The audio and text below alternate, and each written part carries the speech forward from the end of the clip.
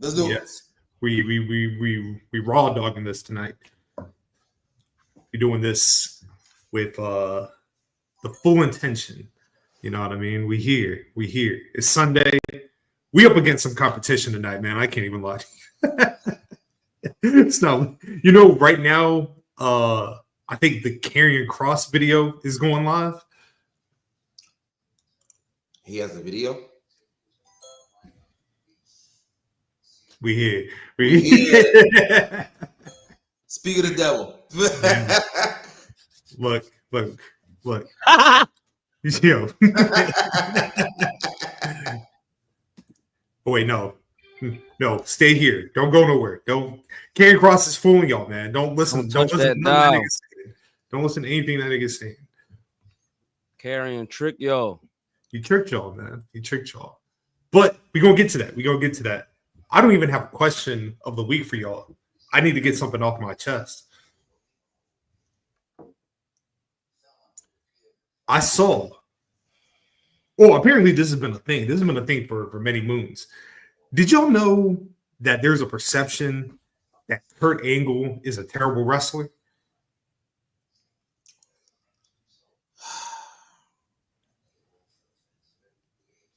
Not on this side of the Allegheny River. Nigga, listen. That's crazy. That's crazy. Yeah, okay. You hear new things every day, man. Well, I do.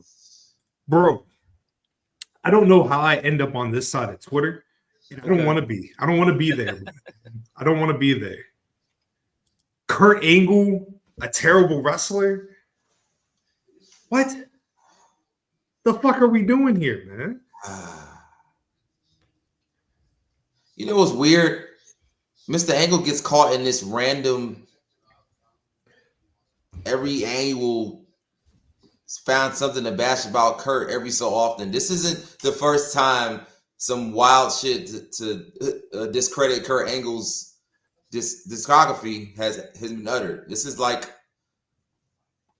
a recurring thing. Now what we need to do as curators of this space, we need to figure out how to stop it. That's what we need to figure out. I don't want to keep coming back here. I don't understand why we keep coming here. What? Okay, right. The argument has been the like Dave Meltzer has never given Kurt Angle a 5-star. That's where you need to start at right there. That's the problem right there. Not you, but that's where we as a culture need to start right there. Bro. And then it just trickled. It trickled from that. I saw somebody say Kurt Angle is not a great technical wrestler.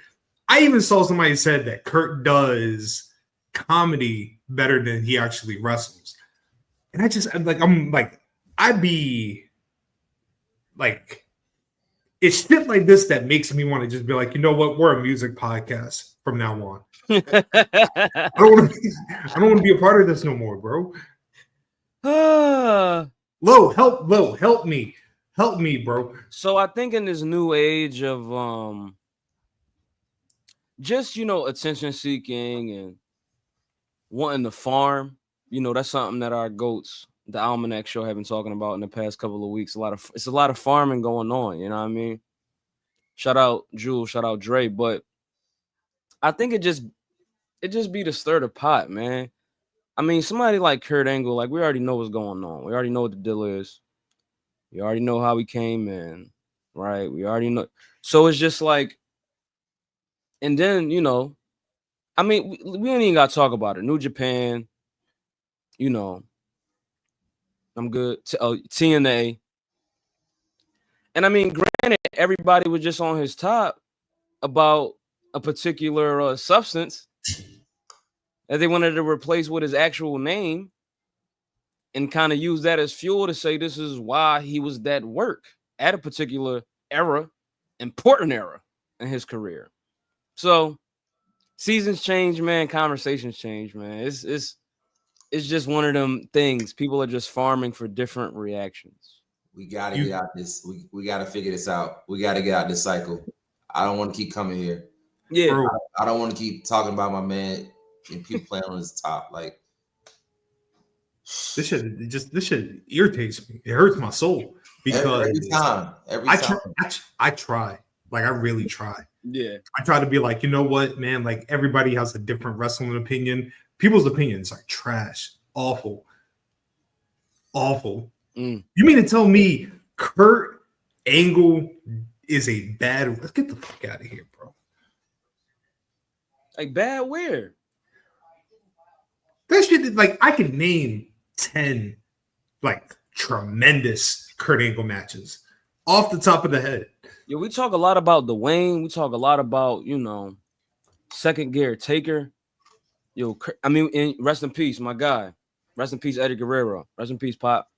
However, that motherfucker Kurt Angle, like he carried that SmackDown shit, man. Like, come on, like Black Mouth Guard SmackDown pay-per-views. Come on, man. Yeah. I don't know. I feel like in our old age, man, we losing the plot. We just maybe we and mind you, maybe we just don't have the sauce no more, man. Maybe we don't know what we know. I mean, no, we know what we know, but it's like it's just other shit. Do we know what we know? I don't know anymore, man. I don't know. Do we? Because I'm running out of answers. We ain't got the answers, Sway. But you know what? I'm here. We here. And I'm gonna keep showing up, baby. Y'all can. Here we go. Hey, damn. I don't know, man. I just don't know anymore. I don't know. Hey, listen, if this is the retirement episode, Scott, let me know now. Because I'm getting the hell up out of here. Let me know now. Now, look, I tweeted y'all this morning. This is motivation. Like, I can't see. Yeah. I'm operating off of pure blind hate. That's what gets me up at what I've learned in the past couple weeks is the more you hate on the low, the better your chances will be when it's time to blow. Oh my God. Come on, bro. Listen. But you know what you can't hate on? This fucking intro. Let's go. Yo.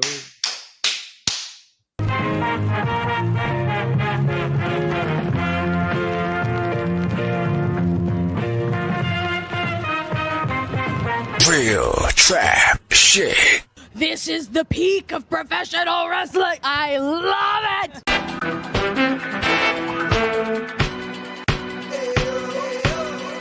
Once again, you're tuned in to the BG Dub. What up? Hit the subscribe button and pour a cup. Be back up soon as Scotty beams. Collar and Noble conversation served with a side of collard greens. No lows, the biggest heel in the photo. D-Mac and Chad shooting hard from the logo.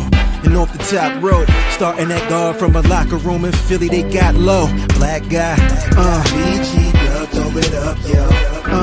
Wolfpack, throw it up, yo. Sunday night's main event, and we live with it. And this is where we hit the logo. Got some crappy shoes on. It's never ironed. The shirt is too small. The shitty scarf and the terrible ass haircut. And you think that you're better than War? Give me a break.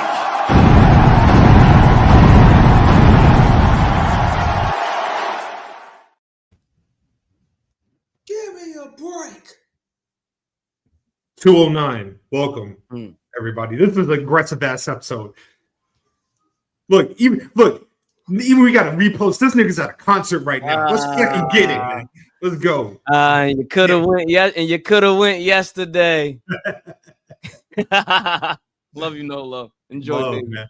Welcome, everybody. 209, the Black Guy Wrestling Podcast. The brand is healthy. We got a new version of the Trios Champions this evening, right? Love the Mac, love the Nolo, but coming in first, it is your poetic Professor Scotland Underwood here. Welcome. Coming in on the deuce. It's your boy C to the D to the B. Yeah. Yeah. You already know what's going on, y'all. You already had the utmost respect. It is your boy AJ Styles P. Karrion Kross Daytona. Let's talk about it. So just real quick, I just want to let everybody know. Thank you, Scott, for initiating this Daytona mid-card championship. However, there is a white strap on the way for this title. We know what this title is. Just to respectfully, properly represent the mid card. That will be the white strap in the Continental. But we here, baby. 209. Hey, bro, you're not gonna have this. You're not gonna have that title until next week. So I get a Jey Uso run. My first 2 goals. I get a Jey Uso run. And keep in mind, my brother, peace, love. Keep in mind, I had at least 3 cards for you to defend. But I was like, you know what? Let my man. I would have defended. Yeah, I know. Say nothing. Adam Pearce ain't say shit, so I ain't say shit. I was like, ain't say shit. I was like, let my man have an opportunity on the stream. You know what I mean? I'm not cleared, AJ. Don't worry, I'm writing a letter about the conditions they have us going through. Yeah, concert night in Virginia Beach, never. Awful. Yo, when is the Cousins Fest, yo? It's coming, right? It's end of this month. Yes, yeah. Man, AEW will be there. I don't think I've ever been to a concert in Virginia Beach and made it on time. Like it just doesn't happen. And this is the Clips, so like the whole city right now in Virginia Beach, Norfolk, Hampton, Newport News, Portsmouth, Smithfield, and Richmond, DC, everything. They in Virginia Beach right now. This is going to be an unbelievable concert. I've heard some things of some special appearances tonight. So it's about to be a shit show. Hey, Nolo. Hey, stop tweeting. We don't want to hear. You're not a part of this conversation. You're not part of this conversation. In fact, you are no longer a champion. I already told you this. But anyway, how are y'all doing, man? I've missed y'all, man. Miss y'all, brothers, man. Same yeah, we here, good, man. I definitely missed the gang. I definitely missed Blacktron. Not fully complete, but the cipher still is neat. You know what I mean? We all here, man. Let me ask y'all a question, man. Do y'all care? Like, I know for me, unless we doing the podcast, I really don't care about wrestling like that. Do y'all feel the same way sometimes? Yes, sir.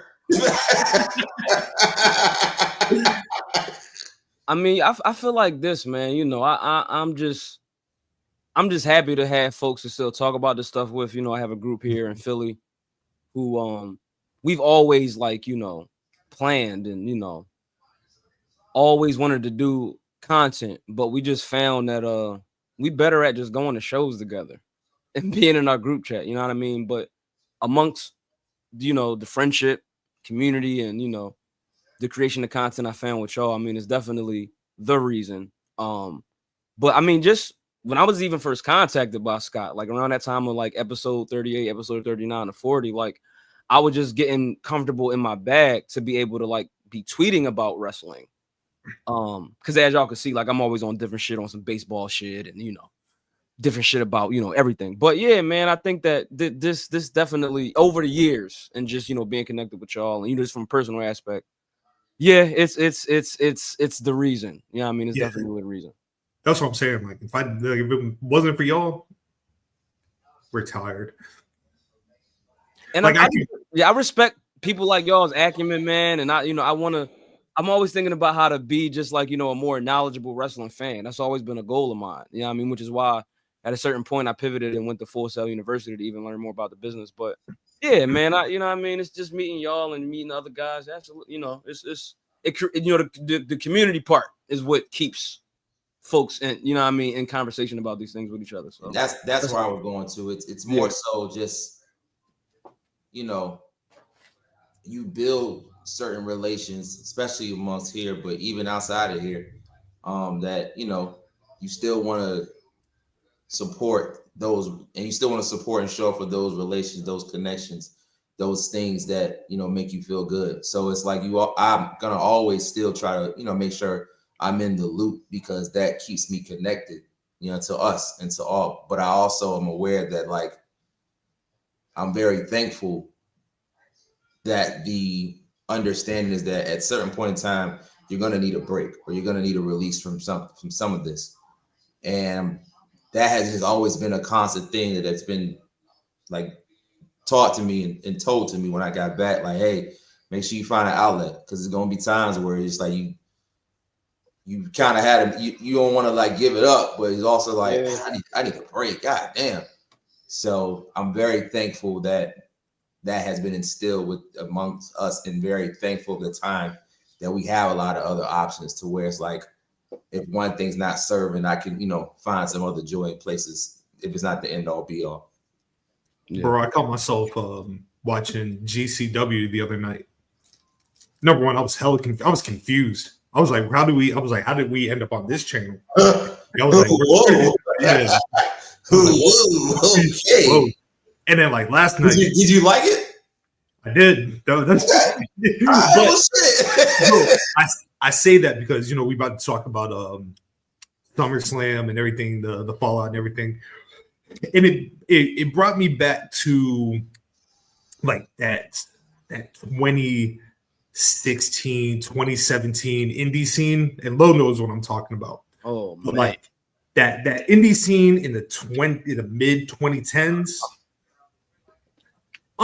Incredible, like as far as like the who's who, like it used to be destination YouTube watch when PWG would drop the trailer for our show, and like I still to this day remember the trailer that dropped that had Will Ospreay, Ricochet, Matt Sydal against the Young Bucks and Adam Cole. One of the greatest matches I've ever seen in my life. Oh yeah, man! Like that was an incredible match. But probably the best PWG match on some real shit. Absolutely. As far as tag team go, but we can, yeah, absolutely.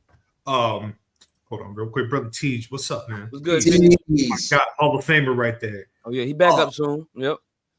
But the reason why I brought it up, and the reason why I was like, let me expand the wrestling knowledge, because I watch a lot of like the old school stuff, right? Yeah. But I also am starting to understand the importance of keeping up with the indies, because the people on the indies are going to be the ones we're going to be seeing on TV 20, 10, 15 years from now. You know what I mean? So, like I said, some things I didn't really rock with, some things I did.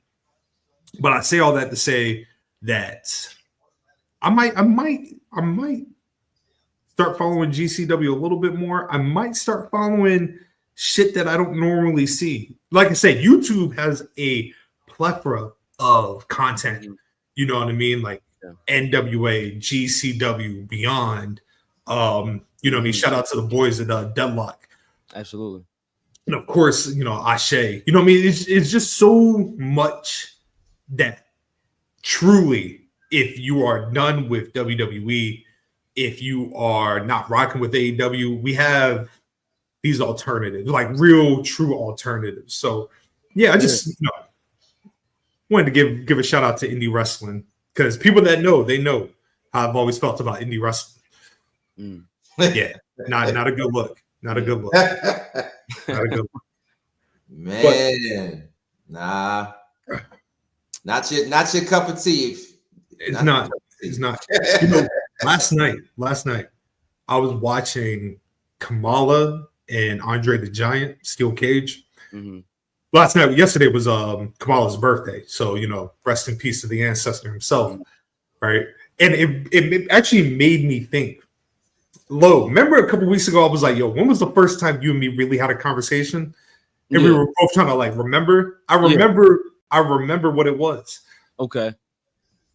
Somebody had posted Kamala in Mexico. Uh-huh.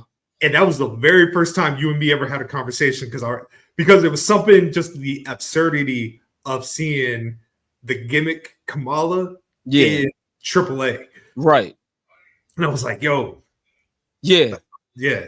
It's something that makes I remember now too. It's something that makes sense. Absolutely, for sure, man.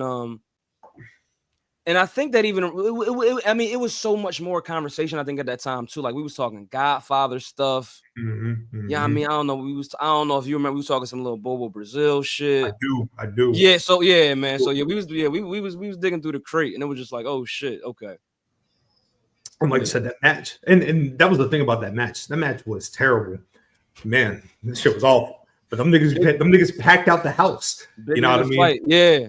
They packed out the Maple Leaf Gardens. Mm-hmm. Yeah, I just wanted to bring that up. Just because, like I said, I got the Scotlandism on YouTube. Trying to fill up the content. Yeah. Mm-hmm. Right now I got I have it on my queue at the crib, but Io Sky, Miko Satomura. Oh yeah. That's up next. Yeah. Okay. Yeah. Now Chaz, you don't know nothing about that yet. You ain't ready for that yet, man. You ain't ready for. In fact, Chaz, have you watched any like classic Joshi wrestling? I've only started reading up on articles. I haven't really started tapping into that thing yet. That's gonna change your life. Yeah, man. I mean, y'all already know how I feel about the whole Kill Bill Kung Fu type shit. So, and I haven't yet seen a wrestler that's like broad to the mainstream that's come either from Stardom or Joshi scene, whatever. Where I haven't seen a bad one yet. Where I'm like, what the fuck? Like the ones that I know of, the Minas, the EOS guys, they've all been winners. So yeah, I would embrace that for sure. Yeah. Mm-hmm. Yeah. We're gonna FC, by the way. So without question. Yeah. Number one draft pick. You know what I mean? Any brand. But fellas, we got a lot to talk about. How do y'all want to do this, man? Y'all want to kind of just start with the week and then just kind of mosey in? Yeah. That's logical. Yeah. That works.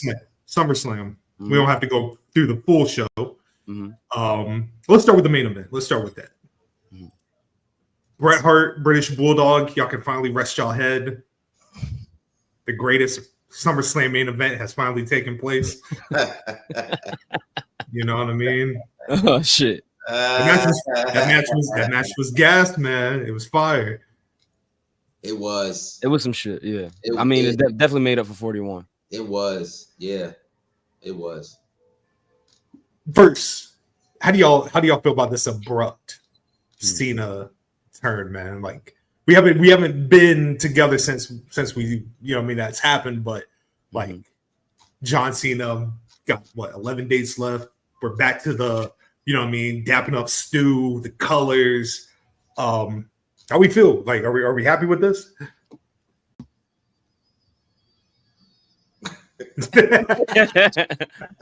I mean, I feel like they had no other choice, man. This is interesting, man. We sat on this podcast. We said, was this turn, we got to wait. How would it age? It's like a trial period. But I think that, it was kind of left with no choice. They gave us a fire match. I think we got some fire moments out of the trial period.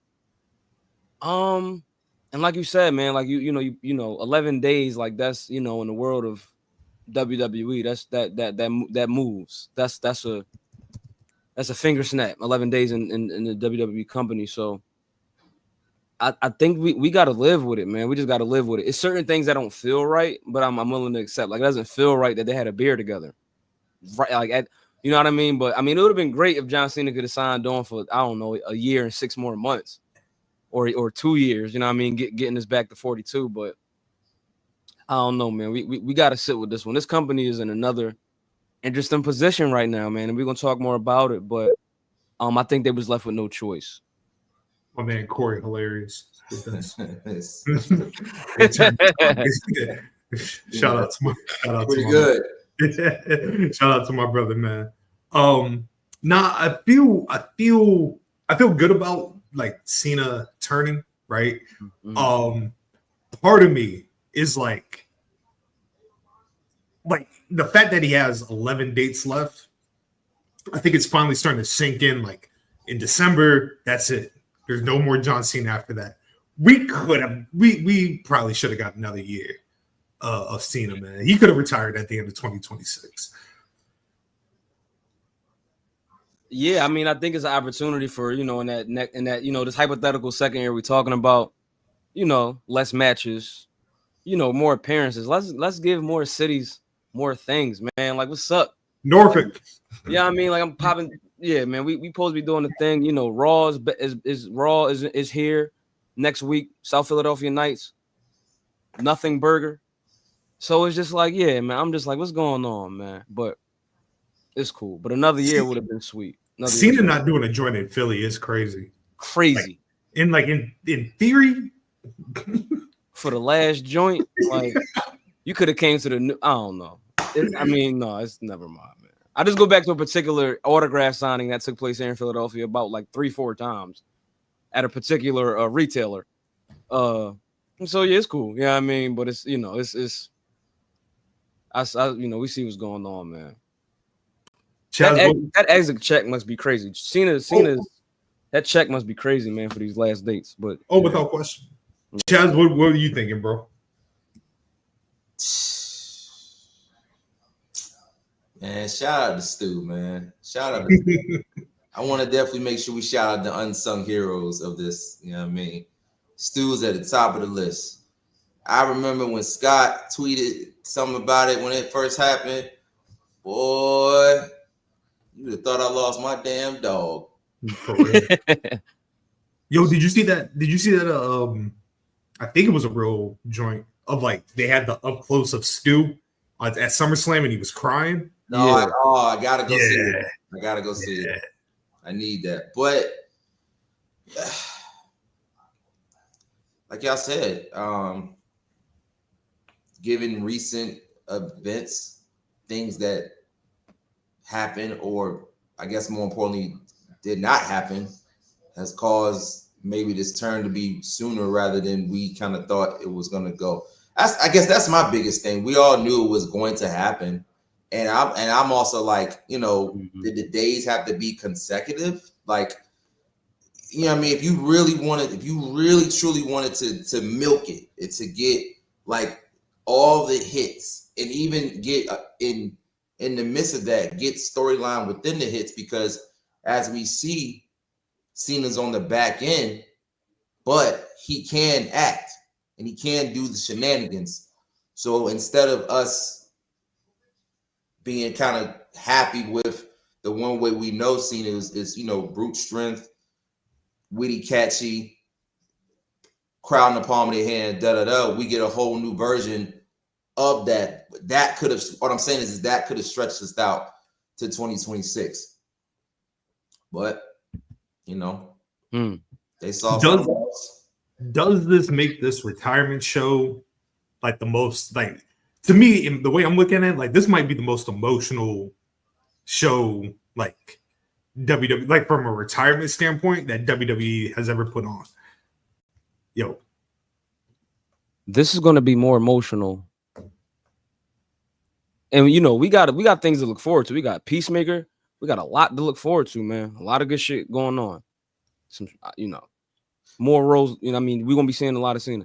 This will be more emotional than every Hogan tribute that they've done so far everywhere. If it's a wrestling show, if it's a podcast, shout out Kevin Nash, click this, Eric Bischoff, 82 weeks, whatever the fuck is going on out there when it comes to Hogan, it's going to be like somebody died. Bro, so you know what? Am I wrong? In that sense, he truly did ruin wrestling.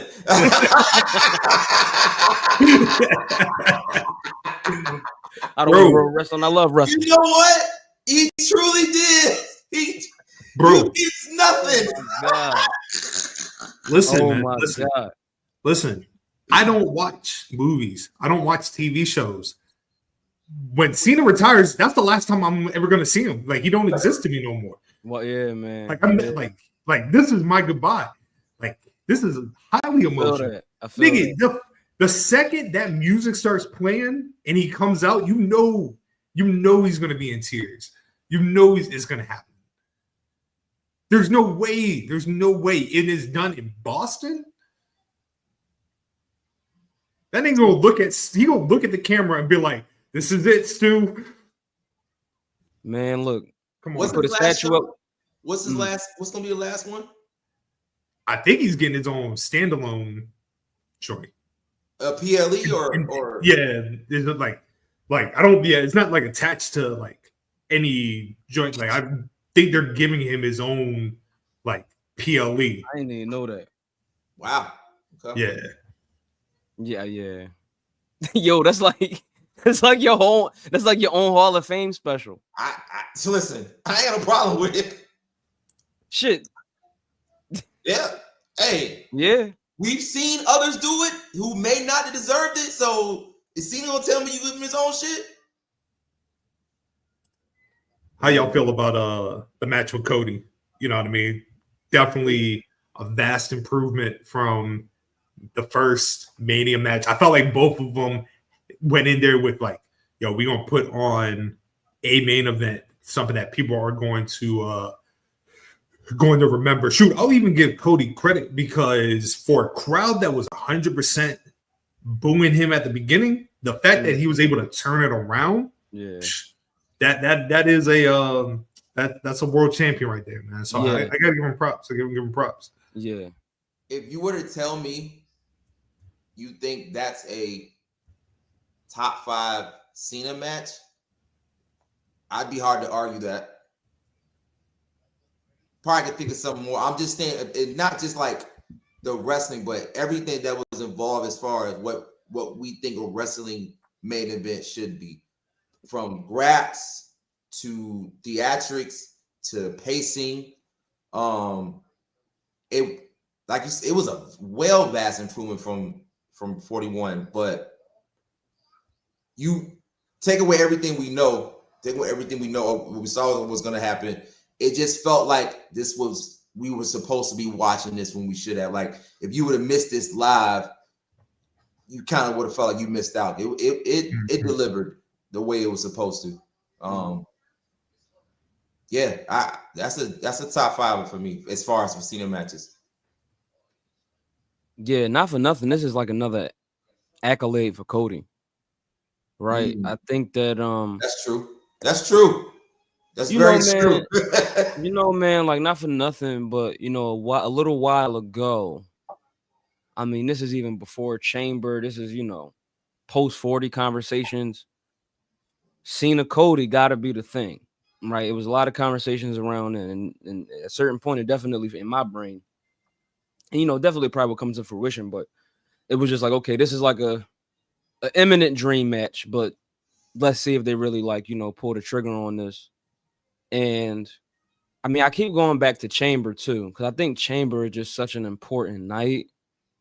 Not only just the moment, but the Chamber match, and seeing what Cena kind of became in that match, what became of him in the press conference. I mean, we can even go back to Rumble, like the Rumble press conference, and you know, they're saying that, you know, press conferences are not going to really be a thing anymore. And it's kind of interesting that it's ending around the time in which Cena is making his last run. And we'll have that footage, you know what I mean? But getting back to Cody, I think that him being able to find himself across from this man, I mean, the man that he's been in this company with before, right? But it's a different time now. And you know, King of the Ring, 2 Royal Rumbles. I mean, it was really impactful that Cena was in a Rumble. And I think it's even more amazing that Jey Uso was the one to win that Rumble. But you know, just long story short, man, that Chamber shit did something for like pop culture, and or I think it did a thing in which it brought wrestling back to pop culture fully. We've been seeing like small increments of it, but Chamber was something else, and I think a lot of that credit can go to Travis being in the moment and being present, Dwayne being present, and a lot was going on this night too, as it pertains to, you know, the women's end of this company. But it was just a really important night, and I just think that for Cody to turn it around in this way, to lose the title at Mania, and to get it back at a SummerSlam in this match in this way versus Cena, I think in the way that, or maybe better than we imagined when we even first started this match, because we wasn't even thinking about a Cena heel turn, thinking about a match such as this when it was first being spoken about, right? So yeah, man, I know he's having a certain conversation on this pod too about a certain title that Cody likes to apply to himself. Yeah, but I think at this point, it's been turned over. Like, he's officially first string. Absolutely. I think that's the the thing about Cody. Like, I understand why people like dislike him. I do. I understand why people might see him in a certain light. But the one thing I can never say about Cody is, like, he shows up. Like, I've never seen, especially since he's came back to WWE, Cody put on a half-ass performance. And I think that goes a long way because he absolutely could coast. You know what I mean? Like, I was just watching him and Roman 39. And, like, to me, that's an elite level Mania match. You know what I mean? Just from the standpoint of, like, him losing and everything like that.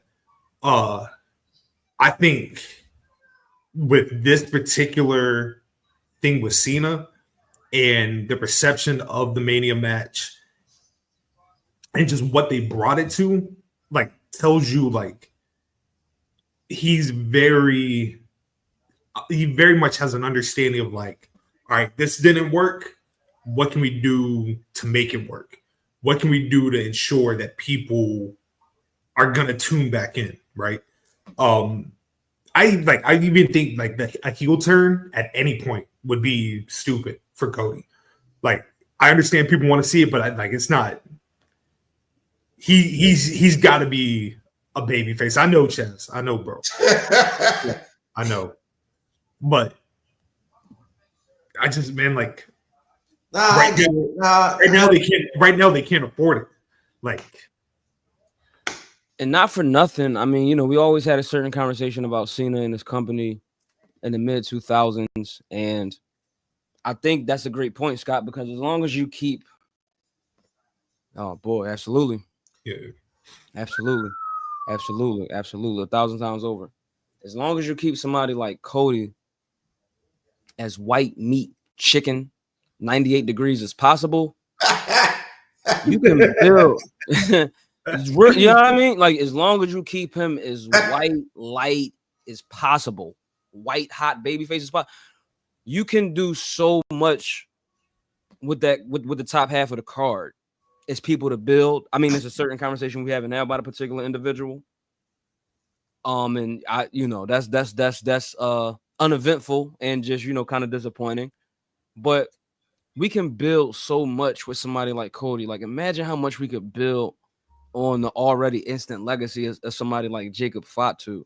You know what I mean? Like, getting to that part of the card with Cody, and, you know, we know how it go, man. Like, we remember them weeks and weeks and weeks and weeks of SmackDown when somebody like JBL was champion, and how it is when the heel is champion and what that chase is like, versus when Babyface is champion and week after week after week after week, we seeing him be down bad. You know what I mean? I think we're gonna get to a point in which, you know, remember the chase, you know, the chase from the build up to, you know, the Rumble, and then the build up to Mania 39, and then the further subsequent chase to 40 was, for me, was the greatest I've ever seen, like, Cody Rhodes in my life. The response to him, and even like landing in Philly Mania week at WWE World, and like just like how he was, you know what I mean? And just like cracking certain jokes, like during the Stardust flip, you know what I mean? Like at the convention center, and just like having a ball and having fun. Like, we keeping in mind all these things, like them singing Kingdom at Wale Mania. Like, we're not going to get certain moments like that back. That was a real chase. It felt so real. You know what I mean? And I'm just fortunate to be, you know, to had, you know, landed with y'all in the city and all of that shit. But like the chase for Cody was amazing. Content was amazing. Everybody's content on YouTube and everywhere was amazing. Like Aces, that's when I first found out who Ace of Cinema was. Like, it was just a good time for Cody. So we can get him to be a champion, which he back is now, but it's like, how much are we going to see him be down bad as a champion? You know what I mean? Like, remember when Dwayne beat his ass on his, you know what I mean, outside of his bus, and how down bad that felt for Cody? Like, I mean, even in a match such as, you know, when he fought Kevin Owens at Saturday Night Main Event, like, shit felt like it was down bad for Cody. You know what I mean? But like, we was kind of playing the early seeds then, but him as a champion and just being able to be like resilient is going to be his legacy. And I think they're going to do a good job with this shit for the next like 2 years. Shoot, even with like his this next program, this looking like it's going to be him and Drew. I feel like Drew absolutely needs the rehabilitation of being away from like the Logan Paul jelly roll. Is that my man Gerard, brother? J-Rod, what's good, baby? Salute, my guy. Yeah, Cody ready for that Drew smoke. Yeah. Because, and like I said, Drew ready for that moment, I think too, though. So, oh yeah, and then like I said, the match quality between them two is gonna be proper. But let's flip the coin. John Cena getting his flowers, standing in the middle of the ring. You know what I mean? Shout out to Heartbreak Julio, because he said he's the one that started the thank you Cena chant in MetLife. Yeah.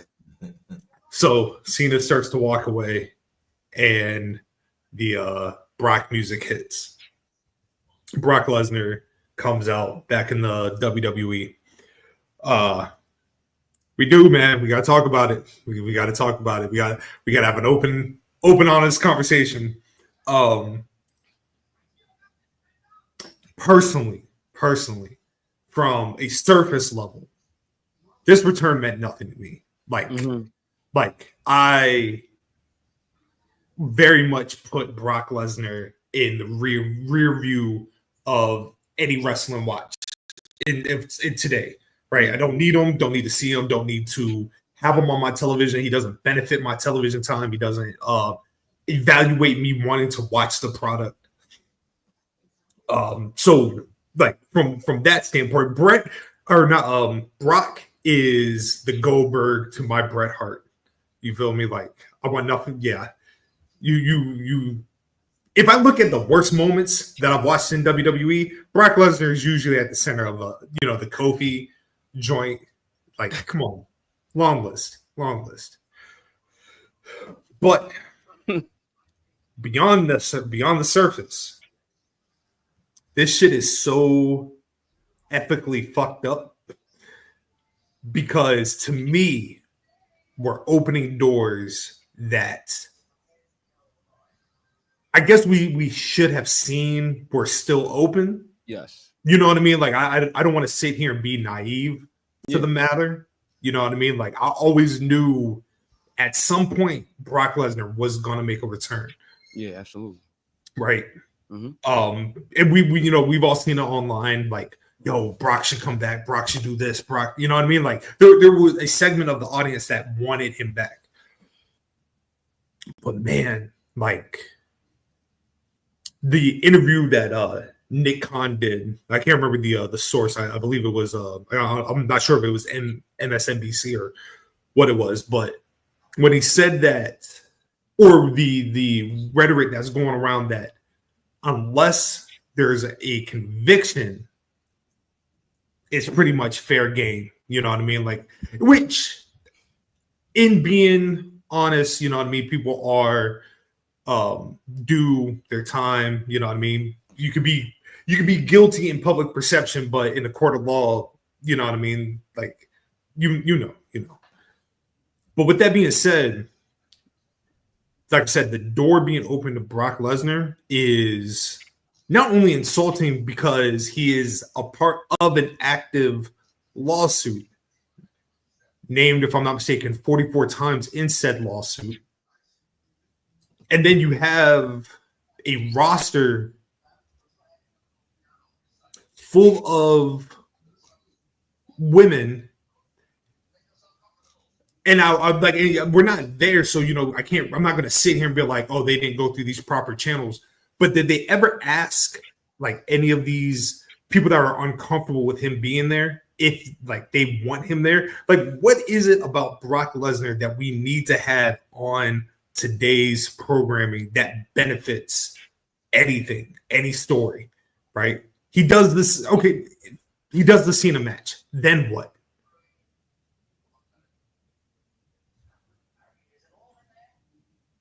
He does the Cena match, and then after that, what? Then what? Right? Mm-hmm. Then on top of that, we're talking about a company right now that, and we've talked about this, about them leaning very into a right-wing affiliate promotion, right? We just watched what I'm seeing, a revisionist of Hulk Hogan, right? That, like, oh, Hulk Hogan is passed now. Yeah, he said some things, but you know what? We're not going to be here without Hulk Hogan. So you know what? Let's give Hulk Hogan all the love and praise that he rightfully deserves, right? How far are we from Vince coming back, right? Because don't tell me that's not an active conversation in itself too. Let me just say this one thing, right, about that. You remember Vince got into that car accident a couple weeks ago? Did y'all know that there was a third party attached to that accident? I heard about the woman, but yeah, there was a third person there that is a WWE official. That person has not been named. That person has not been, you know what I mean? And it could be a bunch of people. Could be Bruce Pritchard. You know what I mean? Bruce loves Vince. That's his man. Could be a son-in-law. You know what I mean? Could be a plethora or whatever. You don't think those conversations are being had right now? Damn. Oh, we just gotta get over this hump. The reaction to Brock Lesnar will tell them everything. Like, yeah, people might be upset, but nigga, did you hear that pop? Did you hear that the crowd go crazy for Brock? What do y'all think, man? Honestly, what do y'all think?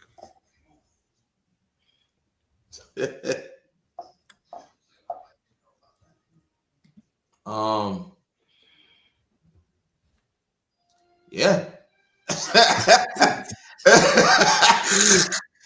Yeah.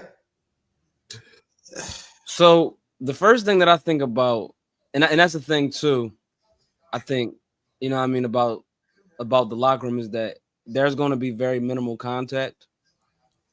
Okay. Yeah. I mean, I think that was even the case in recent years. You know what I mean? Especially with the Kofi stuff and all of that. But the first place I am in all of this, and y'all know, you know, the shit that I like to talk about. You know, I mean, I was trying to go back and do some things. So earlier this year, Vince sold what they're reporting are his remaining shares back to Endeavor.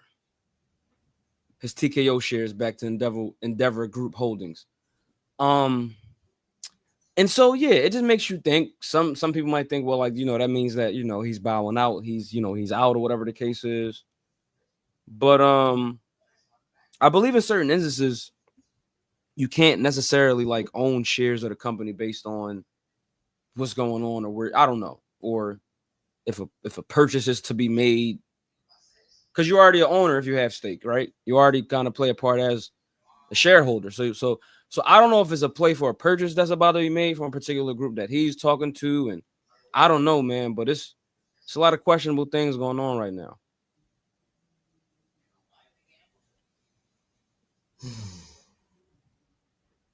Damn, man, it's just like, look how far we've went back. Look how far we went back.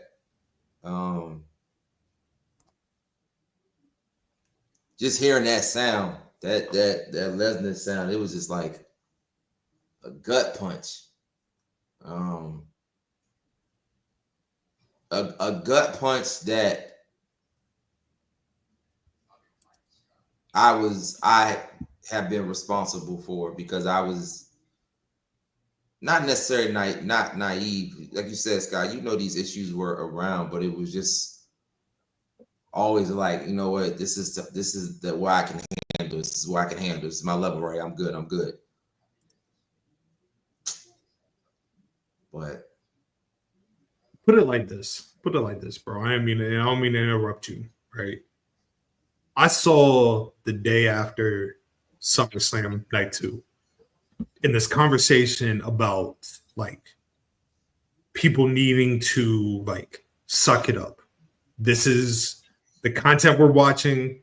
Wrestling is not this white picket fence type of entertainment.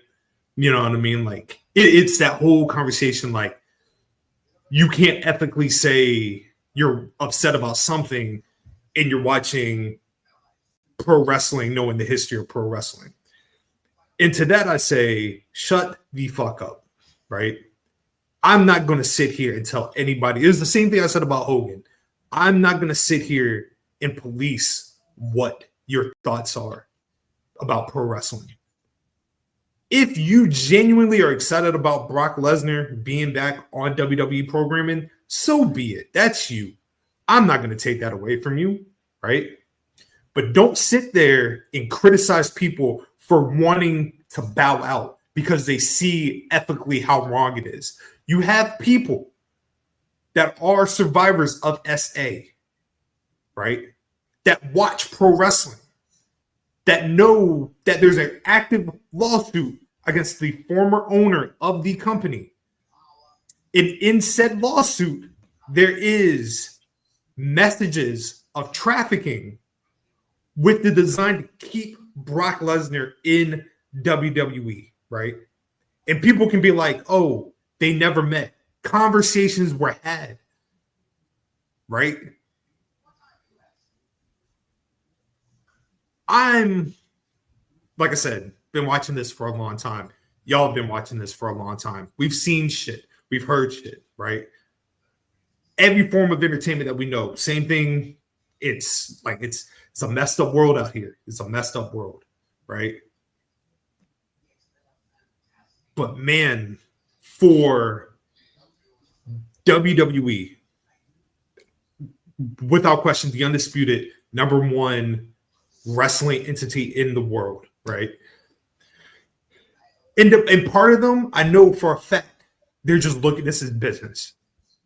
We just hit this ESPN deal, 1.6 billion over I think 5 years. Like numbers are rising. Just did over 100K between 2 nights of SummerSlam.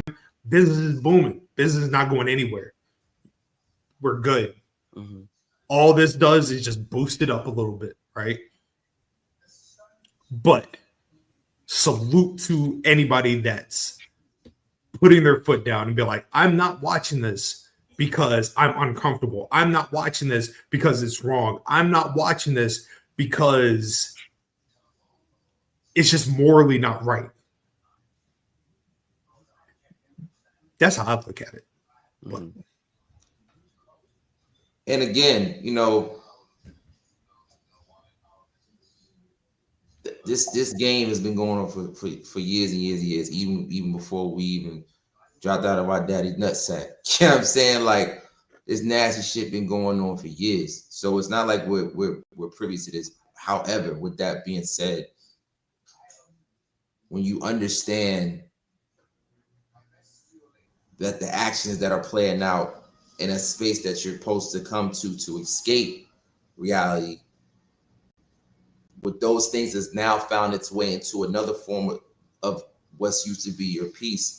Yes, it stings a little bit more than just some regular schmegular shit that happens on somewhere else. No, we come here for our peace. We come here for entertainment. We come here for an escape. You know what I mean? We come, but at the same time, we also are not in a space or have the privilege to stay oblivious to issues that are morally and unacceptably wrong. I don't have that luxury anymore to be like, it'll fix itself out. No, I can't say that anymore. You know what I mean? I know women that are victims of SA.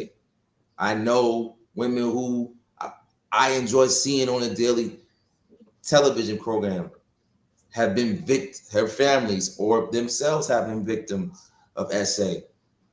You know what I mean? And again, we work so hard to get away from one dark cloud just to go right back into another fucking dark cloud that may be even more negative and dark and too deep to really climb out of this time.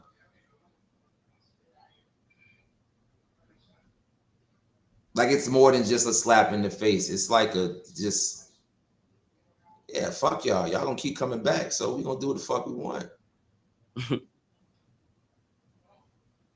Yeah. Why would I change my behavior? Why would I fix anything? Now that I have the regime up top to go along with what I wanted to do all along in the first place, yeah, we about to have fun.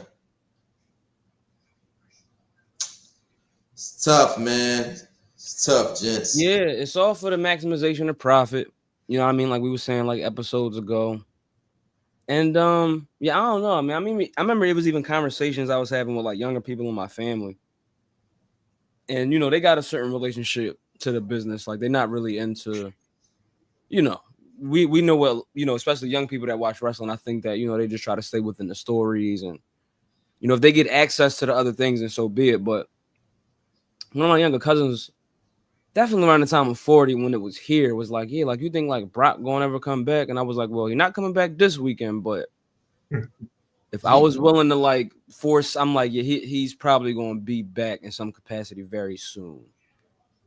Just seeing the TKO stuff, the UFC stuff, and I mean, granted, for this moment at SummerSlam, I necessarily didn't expect it, right? I mean, we got 2 back-to-back nights of like, you know, the Seth thing was very, you know, could have called that one, but the Brock shit just turned everything on his head, man. Now, on top of that, bro, who really wants to see Brock Lesnar and John Cena in 2025? Just in a wrestling perspective, like nobody, not one person ever has said, "Yo, we got to run back that that SummerSlam." A couple of what? This shit was cool. Nobody has ever said that. That shit was cool in 2012 when, you know, they were on, you know, steroids and everything. But like, this is different.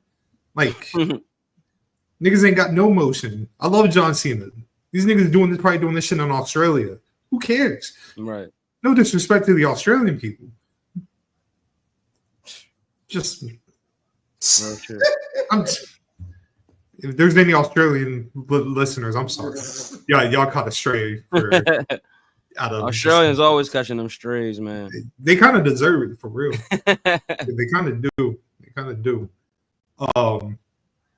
Yeah, man, it's like I even saw like SummerSlam be like next year's SummerSlam is in Minneapolis. I believe so. Yeah. Retirement, that'll probably be the last. That would probably be the retirement. You know, and Brock being from Minnesota and all that. Oh yeah, how we see that going? Who getting that match? Braun. I can see Braun.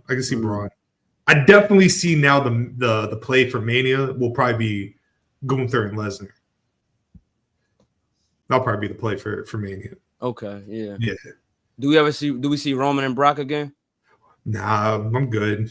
I'm good too. Yeah. Will we see it? In theory, we shouldn't. In theory. In theory. Yeah, I see you, my boy. I see you. I'm teaching you well. Let's flip the script on some fun shit. Seth, the new world heavyweight champion, we smoking on that Phillip pack, right? Yeah. First of all, that match, Gunther and Punk, top tier. That was like Gunther look. He had that look in his eye, like he knew he was losing, but he also knew, like, yo, we about to get these graps on. My man made Gunther fucking shine, boy. Yeah. Shine. Got his ass dog walk. Hey, yo, when y'all watch CM Punk matches, do y'all be ever thinking like, yep, this is gonna be the one? Like, like that meat going, that the arm gonna fall off the bone type. I thought it was that one. I thought it was Yeah, I remember doing certain days in AEW, my boy. Like, I'm just like, yo, I don't. Bro, Since then I've been like, all right, like, but yeah, I do get nervous for the Phil. The Phil was very it's tender. I'll still never forget. I know what you've been doing. The Royal Rumble 2024 when Drew hit him with the future shock, and you just saw that nigga roll to the corner. I was just like, see how the AEW guys be working. Somebody curse that man. Somebody was like, yeah, that nigga gonna tear his fucking back tonight. Nasty, man. Shit. I love the cash in. You know what I mean? I think Seth on a different level right now. Mm-hmm. Yeah. How long do we see this world title run going? Do we make it to Mania? I think we make it to Survivor, and we might even get, you know, the Vision still might be able to protect him that night. I mean, based on what the fuck gets booked, you know, it might not even, you know, a title match that weekend, but I don't know if we making it to Mania. I don't know. We got a lot that Sammy talking some shit right now. I mean, he could walk into Mania, but that could be the one. That might be the one. That might be the one. If we want to say that, let's have him carry it into Mania against Sammy. What is the probability that it's Seth? That it's Seth versus Karrion Kross at Mania?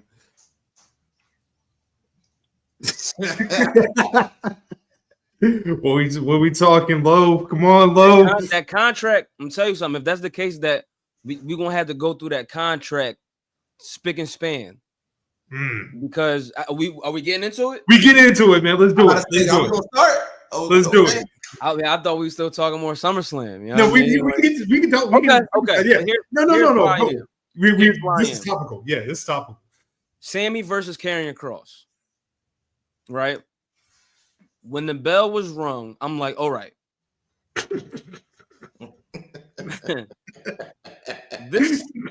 This right here, like the result of this match is, in my brain, was supposed to make sense based on what we've seen. But when we saw the result, I'm like, okay, all right, let's give Sammy the dub at SummerSlam. But what's on the back end of this? You know what I mean? And so it just didn't make sense. But here's where I am with this.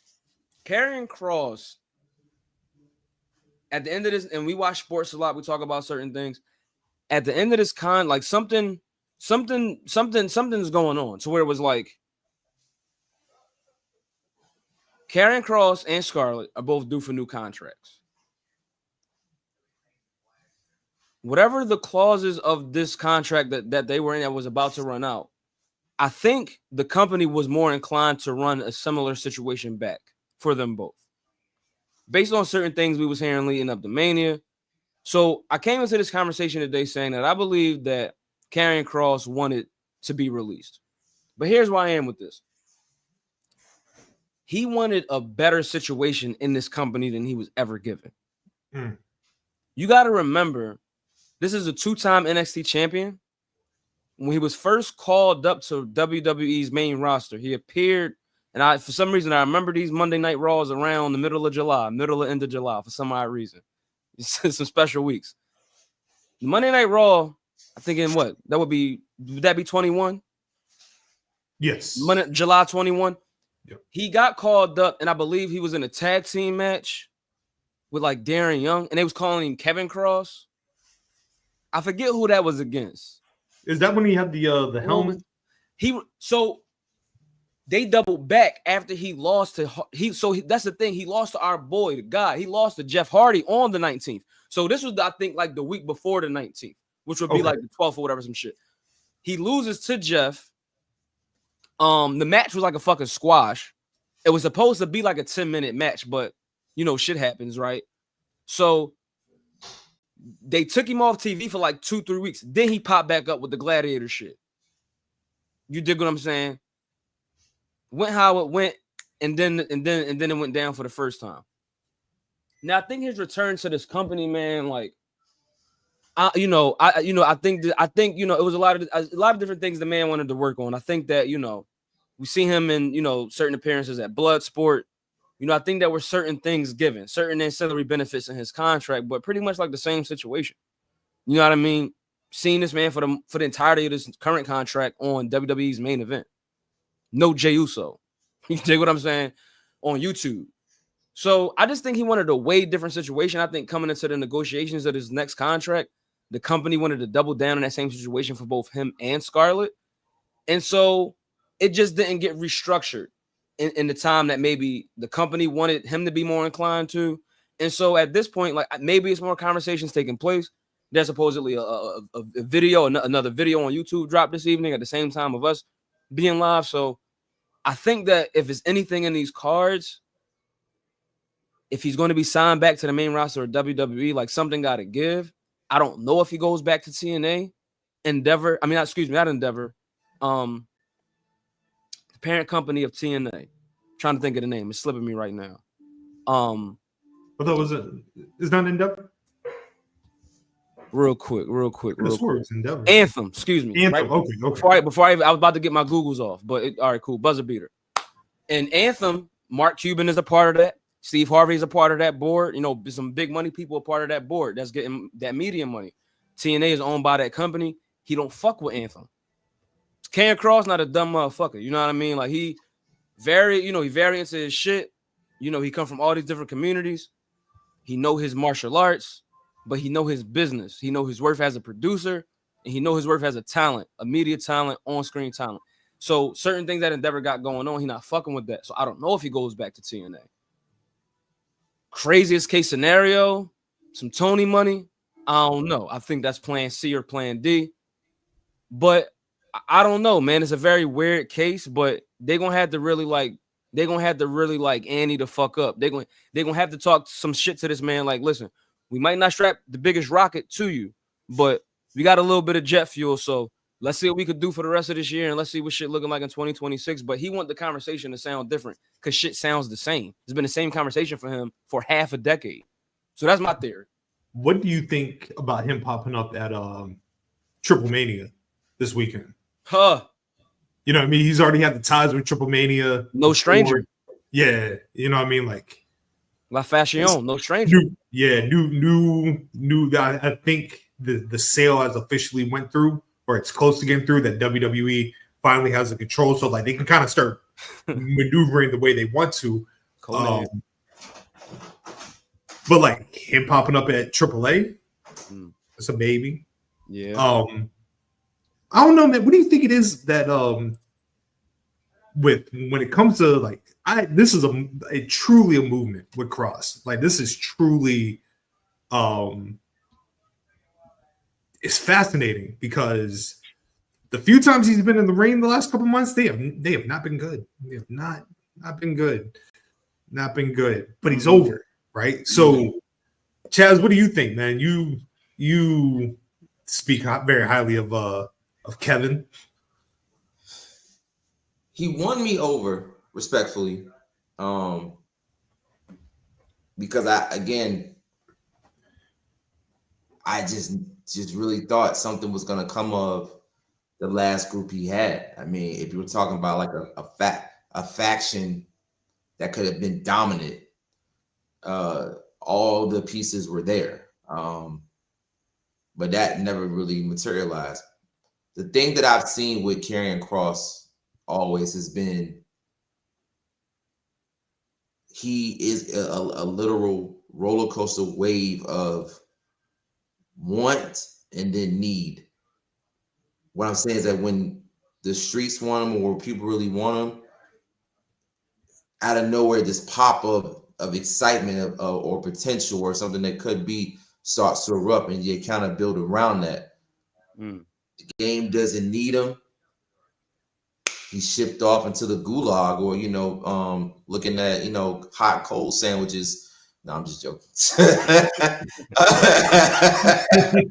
But lately on this wave, though, the want and the need has both matched. However, now that he's seeing like, okay, with this new wave success, not just within the ring, but out in the streets as well, because that's really what kind of launched him back. People were starting to say like, all right, in the same pocket as me, what is it about this guy that nobody's connected with? Because he has all the tools and he has this look. So why hasn't it connected with the people? And when you start to see people like say, oh, Kross said this back then, or Kross said that, and Kross said this, and then you're saying that his words materialize into the wrestlers actually doing out a storyline. I was like, oh, well, Kross did it. So then it's like, all right, well, y'all put the pieces together. Y'all saw he was doing this in the background. Now you're pairing that with the fact that, oh shit, let's look back at some of his matches. Damn, he really could wrestle. Okay, so now we're putting together. He's this master manipulator, dark magic kind of insurance salesman in the background, but he also can hoop a little bit. Oh, he got this wife that's can double down as a manager or just a dark forces of arts. Damn, what is it? So now that all the pieces that have been put together and the want is there, and clearly a need is there for Kross's services of the bad guy, or like the bad guy we like, whatever the case may be. now he wants to be matched and compensated for that. And the front office is like, nah, it feels like they're scared now to really pull the trigger, because it's like, yeah, we've tried this dance with you before and we haven't seen the result. And yes, it is different now, but what are we assured on the back end? Again, like you said, Scott, it's just a business. So at the end of the fucking day, yes, we may feel like he deserves more. He should be doing more. And I am one to say, yes, I agree with you, Lo, that it has to be something different, because you can't keep telling the same story, expecting different results. That's insanity. But when they've tried it in the past, it hasn't worked. So if I don't know. I mean, I don't know if I can see Kross in another space outside of WWE, but I'm not going to bet against this man, because I've seen what he feels like when people don't fuck with him, especially when he feels like he's done it all to be fucked with and to be liked and to be respected, not just by, he wants the respect from his peers and he wants the respect from the front office. And now where he felt like he's not getting it, it's like, all right, well, I'm not afraid to walk away if need be. But I just don't know what that looks like for Karrion Kross. I can confidently say that Karrion Kross and Samoa Joe had the worst NXT main event match of all time. Like, I was embarrassed for Joe. I was embarrassed for the people that were in the building, and this is during the pandemic, so nobody was there. So I was embarrassed for that. I was embarrassed because I was like, we really took the NXT championship off of Keith Lee and put it on this skinhead. Oh my God. It was crazy. It was crazy. Was that Kross's fault or Joe or a combination? Everybody. Okay. Everybody. That match was terrible. Okay. But I will say this about Kross, man. I'm all about, like, listen to your audience. Your audience will tell you everything that you need to know about who they want in like the top sections, right? Sometimes the audience does not get it right? You know what I mean? Like, niggas is out here wanting Pete Dunne to be in the main event. And I'm like, yo, be realistic. Like, don't do that. Don't do that to Pete. Like, yeah. Yeah. You know what I mean? Like, don't do that to Pete. Mm-hmm. But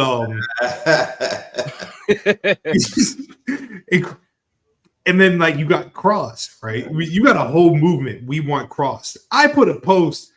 So that tweet, the we want Mello, and somebody was like, we want Kross. I was like, it's the time is weird that you put in this when you see a black man getting the praise. Yeah. Man, I was getting slandered left and right, bro. Yeah, left and right. Because they know it's real. That's why they had a reaction. Yeah. But man, I didn't know. I didn't know Kross had shooters like that. Like pulling up like that, though. Yeah, not like that. I'm like, I was there for the Cesaro section. You know what I mean? So I know when somebody got shooters, but that one made sense. Yeah, it did. This it'd be one thing if Kross was killing on the mic, and then he was having like these phenomenal performances, right? He's not doing that. I don't know if that's just because a lack of chemistry with Sammy. I don't know if that's the reason. I think the agents of their matches, the producers, didn't highlight their strength enough. I thought their matches probably should have been a little bit more physical.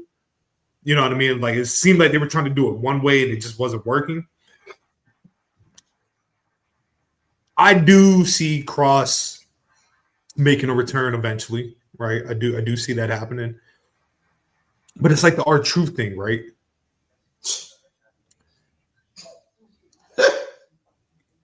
And I say that, like, do we see Kross come back? Like, I have no doubt tomorrow we're going to hear the "We Want Kross" chants. That's going to be a thing for the next couple weeks. Mm. When the time comes and he does come back, are we not going to just be in the same position that we're in right now? I mean, hypothetical. right. Karrion Kross wins the Royal Rumble, and he goes on to challenge Seth Rollins at WrestleMania. It's not going to main event, but night one opener, cool, right? What kind of match is that going to look like? What kind of story is that getting told? I think the build would be great, but does it execute to the finish line? In theory, it should, because of the storytellers of Seth and Kross. In theory. But that's the thing why I understand, I guess, Kross's frustration. And back to Lowe's point, there has to be something else. You have to show us now something else, because we see, okay, from word of mouth and you taking kind of a different approach, you've been able to raise your stock to a point where we've never seen it before. Like you say, even without fantastic matches in the ring, you still have found your way in these conversations, whether it's main event, mid card, running the smoke screen, wherever. So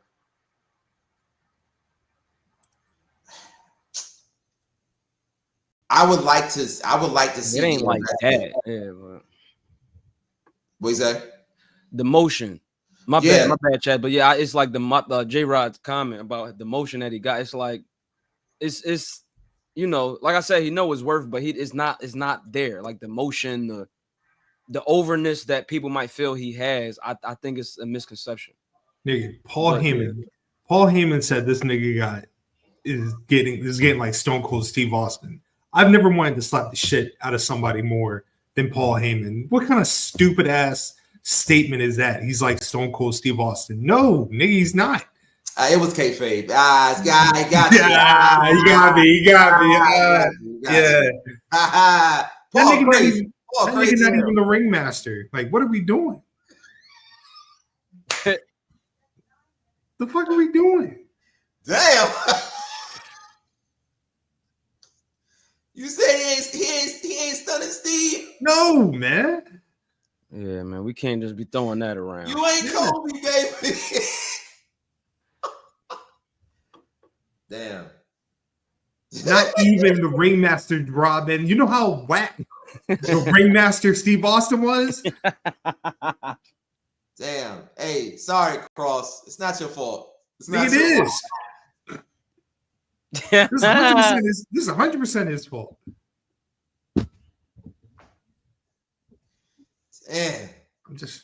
What about this? I think this would actually be a good motion for Karrion Kross. Okay. I like the idea of him versus Mike Santana for the TNA world title going into 2026. I think that'd be like going into Slammiversary. I think that'd be a phenomenal feat. So you're not one of the ones that's saying Mike is going to NXT? Oh, that nigga definitely going to NXT. Never mind. Okay. All right. We got to get the title off him somehow. My man. Okay. Yeah. All right. My bad.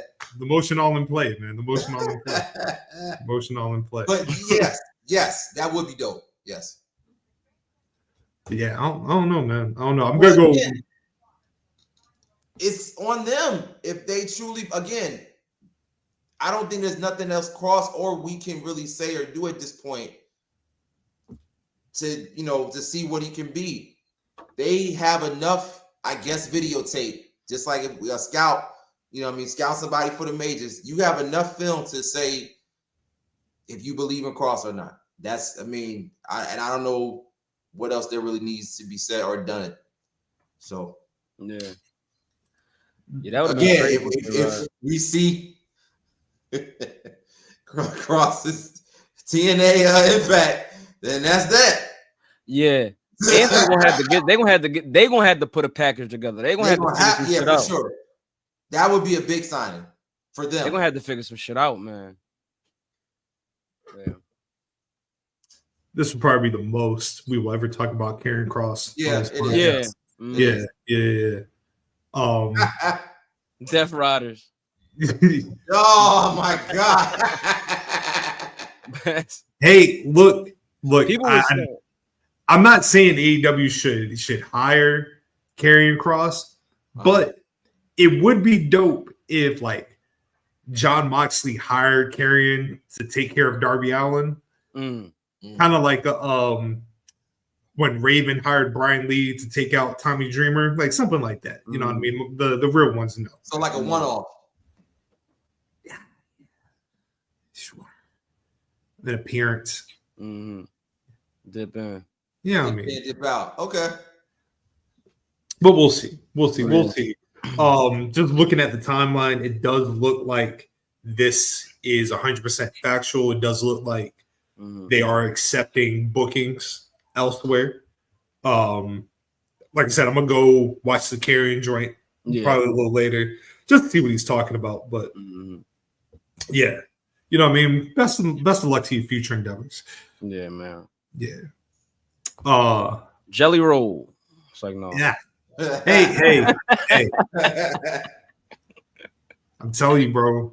Jelly roll and 86 Crockett. Yo. That would have been, man. Like, yeah. Come on, Dusty and Jelly Roll against the Horsemen. Oh my god! Come on, Lord have mercy. Jelly Roll and Flair at Starrcade. Oh shit! He did good. He did good. He did great. He held it down, good, man. Yeah, he held it down, man. Shit.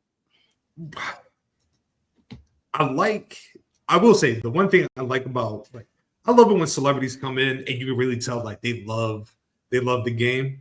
You know what I mean? Like, come on, bro. Nigga at the North Carolina like the fairgrounds. Come on, Right. At the state fair. Fair. At Right. the Stadies. Come on. Bright outside afternoon joint. Where are we putting Jelly on that's celebrity wrestlers? Damn. Where are we putting him at? I mean, as far as match performances, He up there, bro. He up there. Yeah, he up there. Now, before we rank, is he past LT? Damn, yeah. I just had to test the waters. All right, LT. LT was that good or that bad? Hey, no, the LT Bam Bam Bigelow match was fire. They held that shit down. Yeah, I'm not even gonna hold. Okay. Corny Mania. Yeah. Okay. You know what I mean? Like, yeah, Bad Bunny. Oh yeah, Bad Bunny probably top 5. He's probably my number one. Bad Bunny's probably number one. Yeah, Bad Bunny probably top 5 like right now and all time. Yo, like, yeah, probably. Yeah. Floyd? Is he better than Floyd? Is Jelly better than Floyd? Yeah, did Jelly have a better match than Floyd? I'm gonna say no. No, that Floyd was impactful. That Floyd, that John, man. Damn. Do we got Mr. T beat? No, that's that. Yeah, man, that Mr. T and oh my God, Roddy. Come on, bro. I mean, for legacy's sake, I don't know if we could put him over Mr. T. We could put him over LT. That Mr. T ushered in a whole new, like, that was the birth of all of this. Snooki. Nah, don't disrespect Snooki like that. No, and you know who else? Maria Menounos. Oh, yeah. We don't talk. Yeah, that was one of them ones. Maria meant that shit. Like, Maria Menounos was in her bag. Yeah. What's that MTV joint? Yeah. Ooh, yes. Yeah. You think about the right one? Yeah. Yeah. You know something. Something. Oh, I got like, one. No, she different with it. I'm like, at the time. Did he have a better performance than Action Bronson? Action and A-Dub. Yeah. Action was cooking. That was legendary. Yeah. Action was cooking, Jack. Yeah, Action one of them ones though. Like, Action and Jelly, that's a dream match. Oh, that's a dream team, nigga. Well, I was about to say, let's do this. Let's do Action and I was about to cook up a tag team match. Okay. Let's do that. Tell you, Let's do that. That is a hell of a team, dog. Nigga, I'm just visualizing Jelly Roll in a War Games. Oh man. Like maybe like he's starting out the match like against like Arn. Then they just beat him until somebody comes in. Like Jelly Roll got a great babyface performance. Give him the world title match. Bro, he fucking sold to Fat Joe. Did y'all hear Fat Joe's story on the Fat Joe and Joe pod? He sold straight to Fat Joe. Like after the table spot, he said, Joe, I'm done, Joe. I can't do no more. I can't do it. I can't do it. And he sold Joe. And he hit his power surge. I'm telling you, well, yeah, man. And like that was beautiful. Shoot, that was a night off for Randy. Oh yeah. That was a night off. All he had to do was be formidable. Yeah, I mean, just be Randy Orton. Just, you know what I mean? Like the check cleared, my man. The check cleared. I don't know, man. I'm okay. Jelly Roll can come back. He can come back. He good. He need to come back. He need to be a Survivor, Petco Park. I'm looking forward to that PLA. Throw him at the Rumble. Throw him in the Rumble. Yeah. Final four. Shit, you do speed in the Rumble on some nuts shit. You better throw Jelly Roll in the Rumble next year. Get him a bag. Oh, Lawler and Jarrett would have slept this man out. Jerry Lawler, top 5 dead or alive. God, Jelly Roll would have been a 3-time USWA heavyweight champion in Memphis. Oh my God. Monday nights. Whoo. Bro. Pack. Bro. Monday nights in Nashville. Any city. Yeah, Memphis. Come on. Listen, come on. You don't think Dusty Rhodes would have not loved Jelly Roll? He fits that era y'all talking about so well, man. They be having dinner every week. He fits it. Like to a T.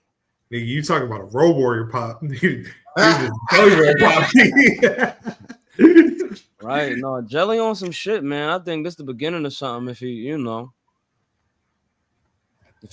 it, man. I told you, man, I'm always under the belief that all you really got to do to convert somebody to be a wrestling fan, just take them to a show. Like, I feel like if you experience wrestling live, your whole perception of it changes. Absolutely. Right? Yeah. And I think for like celebrities, like the ones that are true fans, they're the ones that want to step in the ring. You know what I mean? Like, they're not going to embarrass themselves, but they're not going to embarrass what they enjoy watching. It's like what's that dude? Paul Walter Heiser. Yeah, like, man, real one. I didn't watch Collision last night, but my wife was telling me about, like, he was like, shout out to AEW for rolling up in like the small towns like in Virginia. You know what I mean? Like the backwoods, which if you know Roanoke, where Collision was, historical wrestling city for Jim Crockett. So yeah. I think we're gonna see Jelly Roll have a big match at Mania. I can see that. He took that bump. He ate it. Yeah. He ate it, bro. My man did the Willis Reed type deal, didn't he, Lo? Yeah. I have to, what? I had to give it to him. I gotta give it to him. Like the theatrics. Yeah, you know what? That's all right. Jelly. Yeah, he was way more impressive than I think anybody would have thought. I have to, I wasn't familiar with your game. I apologize. Oh, look, dog, put him and Cody together for a match. Oh, man. Nigga, put that nigga Jelly Roll in the polka dots. Come on. Game over, bro. You gonna have to thank them for the fucking house, nigga. Bro. Where? Atlanta? The pie. That's as American as you fucking shit. That's baby. That's what you talking about. Like white hot. Austin. Where's this happening at, man? Oh my days, bro. Charlotte and Alexa getting their Flair and Arn on. Yeah. You know what I mean? I like that. Me too. I like that vibe. It grew on me. I didn't hate it at first. It just I wanted to see what it was gonna be, but it's cooking. After Friday, yeah. What y'all think about Jade and Tiffany? They going at it again? No, the match at SummerSlam. What do you think? Just wish they had more time. Yeah. I mean, it was two really good athletes that both are students of the game, especially Jade. Jade, I would say that match, the amount of moves she was pulling out was very crisp, very sharp, very okay. You've been in your bag. You've been in the lab. She hears the noise and she channels it very well. She very fucking well. Again, yes, Gerard, we did think Jade was going to win. Probably should have won, but that's not what we're discussing. We're discussing the match. So yeah. Hey, look, you gotta see the vision. You Talk gotta see the long-term play. You know what I mean? Jade needed to lose that match. Okay. Right? Because in order for you to have a crash out, you have to see somebody do it better than you. Right? Oh. And the person that is going to defeat Tiffany Stratton is going to be Binky. Binky going to be the one to take that title off, and then the crash out happens, and then we lead into Bianca and Jade. You see it, yeah. You got to think. We're missing. You're right. We missing the chaos. Mm-hmm. Fuck. You're right. Mm-hmm. You're right. That's the better play. That is a better play. The crash out always leads to success every time. Every time. A lot of payoff from that crash. That's what you got to do, man. That's what you got to do. Yes. Okay. Naomi, Rhea, Io. Great match. Yeah. Great match. Mm-hmm. Really good opener. Solid opener. Yeah. Naomi, man, I need y'all to comfort my heart, man. Is Naomi gonna beat Stephanie? Yeah. Yeah, okay. All right, thank you. Fuck it. Yeah. Fuck it. Steph is hot as shit. Yeah. Steph is the shit. A lot of people mad at, but like she got to chase a little bit more right now. She don't need it right now. Yeah, she don't need it. No, she got to chase a little bit more. Fresh from NXT. You know what I mean? Like, and we seen what she could do again. I mean, I really like, so like we, it's funny, it's something such as Locker Room League started around the time where Steph was kind of getting some acclaim here in the States. She was in a match with Mercedes. You dig what I'm saying? I believe at Forbidden Door. It was Forbidden Door, yeah, okay. It was. I think I did a post show or a show the day after, and I might need to probably get back to that in this next iteration. Has been very like commendable.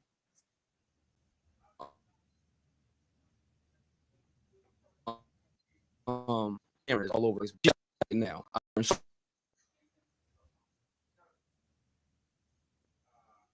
You so good? Can you hear me? Oh, I thought it was me. Oh no. Oh no. Yeah. Oh no. Hello? Can you hear me, bro? Oh shit. Yeah. Not looking good. Not looking good right now. And I know he's still talking too. You might just slide him out. Yeah. Damn. I'm gonna have to bring you back, though. Just come back, please. Yeah, please I'm gonna bring hit him up. Hit him in the group chat real quick. Hit him in the group chat. We'll get him back. We'll get him back. Yeah, he froze. Even after I took him out. Yeah, I think when it comes to like Naomi and this particular joint, I think Naomi should at least hold on to the title. Like, I hate to say it, man. Like, I think Rhea is gonna be the one to take it off of her. But I would do that at maybe the Rumble or something. Oh. Lo, we good? You hear me, bro? Yeah. Okay. We should be.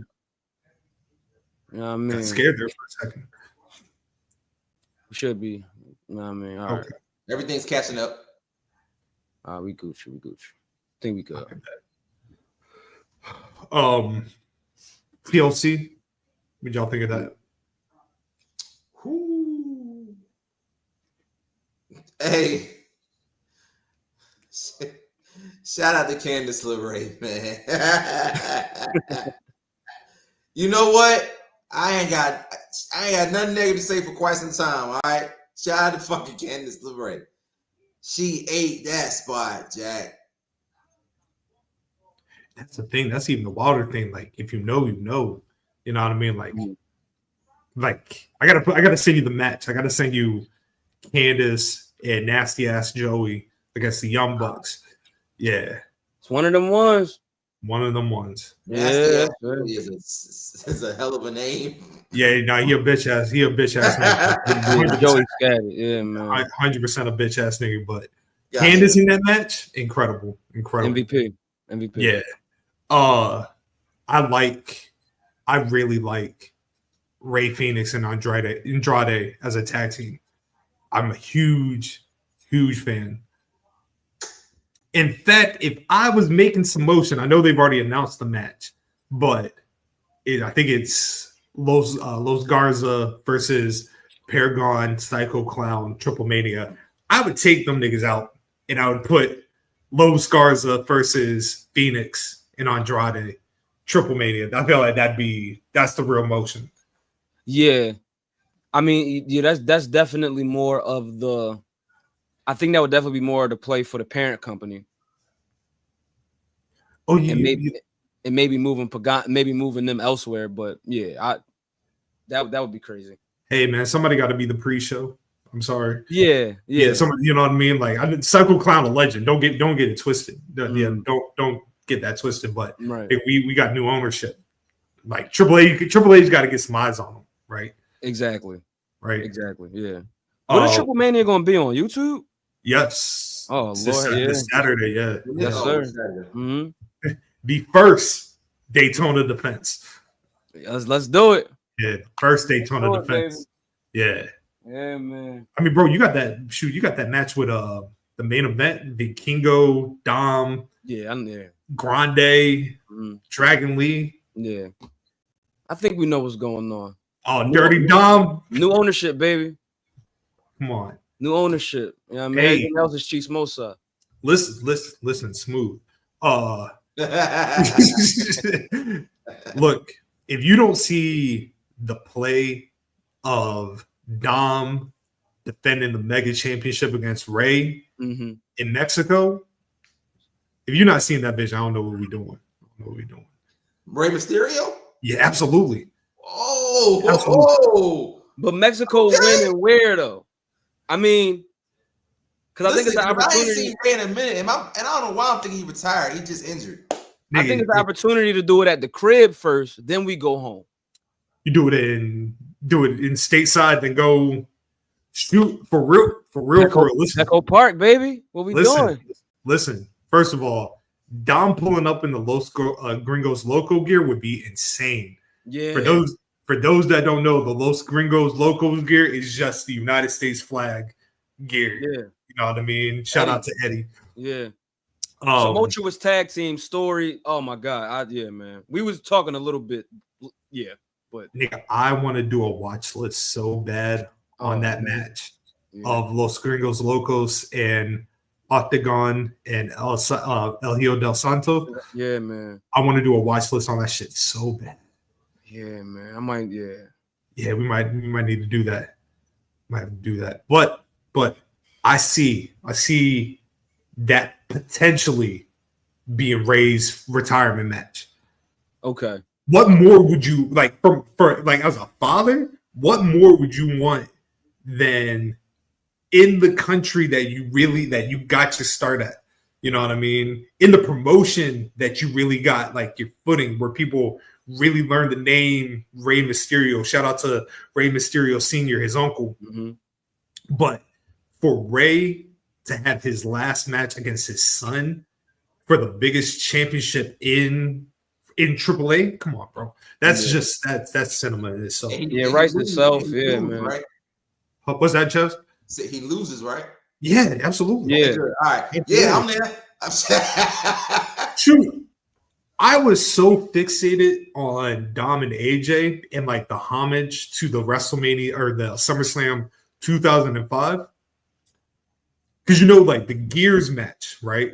Yeah. So Dom had the same colors that Ray had on at SummerSlam. AJ had the same gear Eddie had on. You know what I did not catch? So you know how he came out with his son in the lowrider, right? Yep. Yeah, Did you notice his son had blonde hair? I did. Oh, I just thought that was his regular hair. Nah, shit. I found out that they were paying homage to Dom because Dom had the blonde hair when he was a kid. That's fire. Yeah, That's fire. The details that's pretty fire. yeah, That's fire. yeah. It was money. It was money. You know what? I think you on to something, Scott. What are we talking about? You mother effer you. Ha. I think this could happen next March. I think you do. I don't know what you do in San Diego in November, but I think you might want to do this at Raid de Reyes, March 2026. I don't know where it's going to be. Guadalajara, Monterey. I don't know where it's going to be at. But I think you do this at the namesake show. You do this at King of Kings. You do this at Raid de Reyes in March 26. I think you want some shit. You cooking. Yeah, this is it. You set it up. You set it up. But I'm like, wait a minute. Triple Mania, you know what I mean? Triple Mania.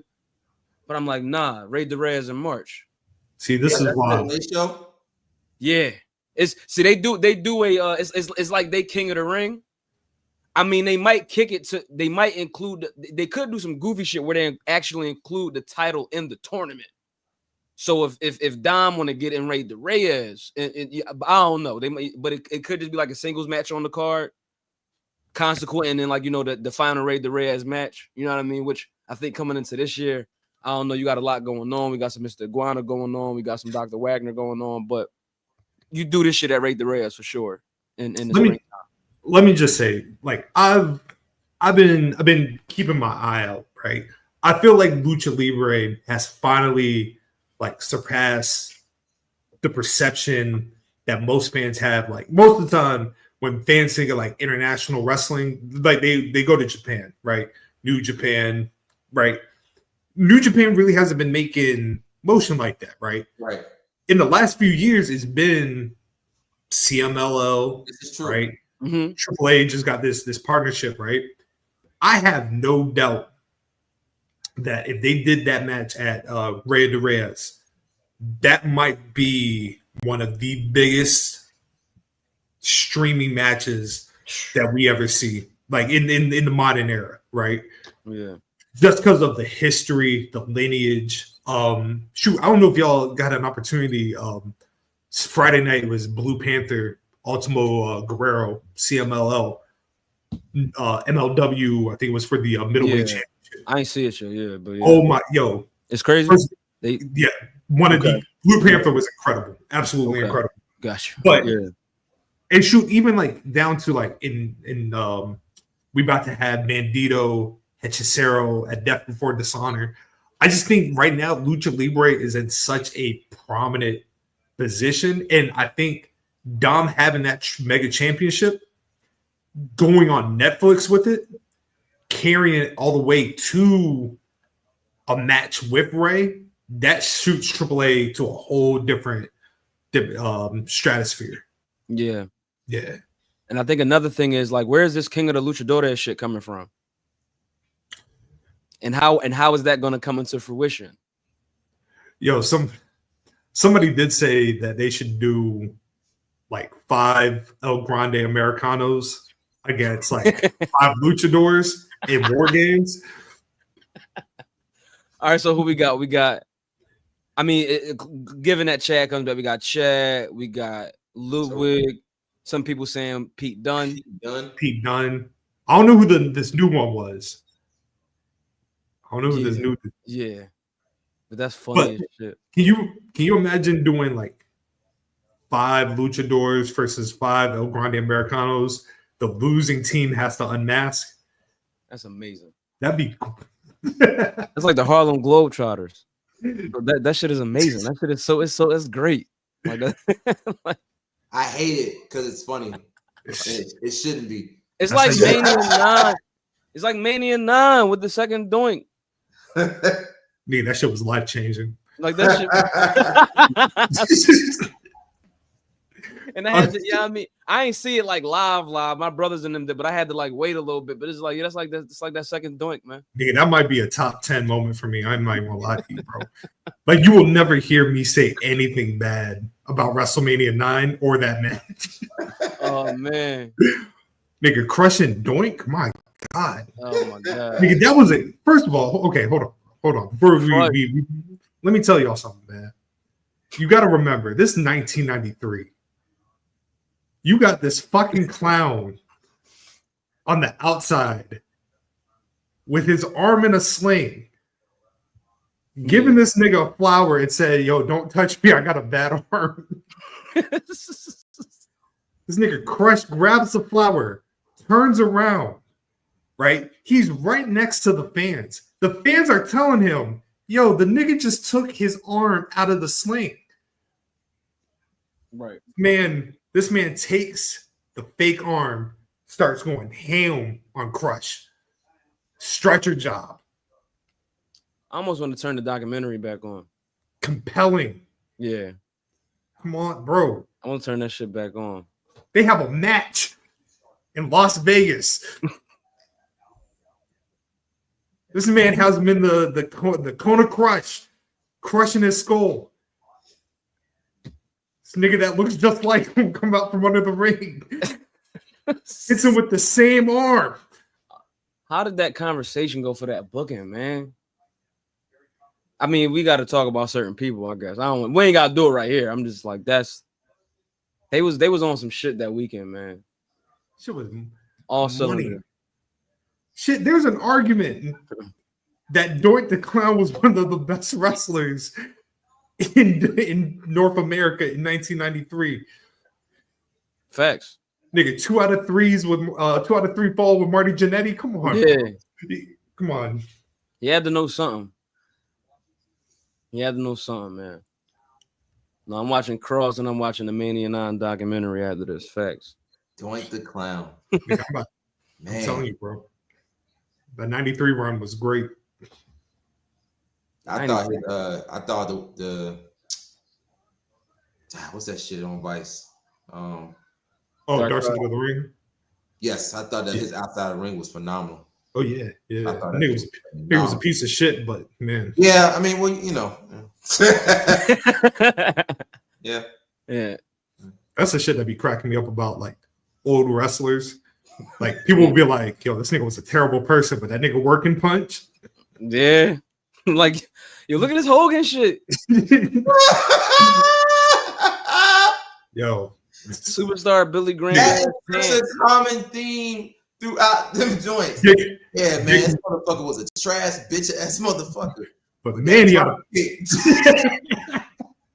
but that drop kick was something else. Man, listen, Dick Murdoch was a whole Klansman. Fact. But don't tell an old timer that. Yeah, man. Oh God. But yeah, let's do a little speed run real quick. Not necessarily a speed run. Hurt Syndicate. Mm-hmm. Because it's hurting feelings out here, man. Yeah. I don't know about y'all. I'm 100% taking the Hurt Syndicate side. Oh yeah, this was the plan weeks ago to do this. Yeah. I mean, like we, fuck is y'all talking about, man? That nigga the fuck out of there. I don't know. I saw the report like MVP has been rubbing people the wrong way. Who cares? Nigga did prison time, dog. Like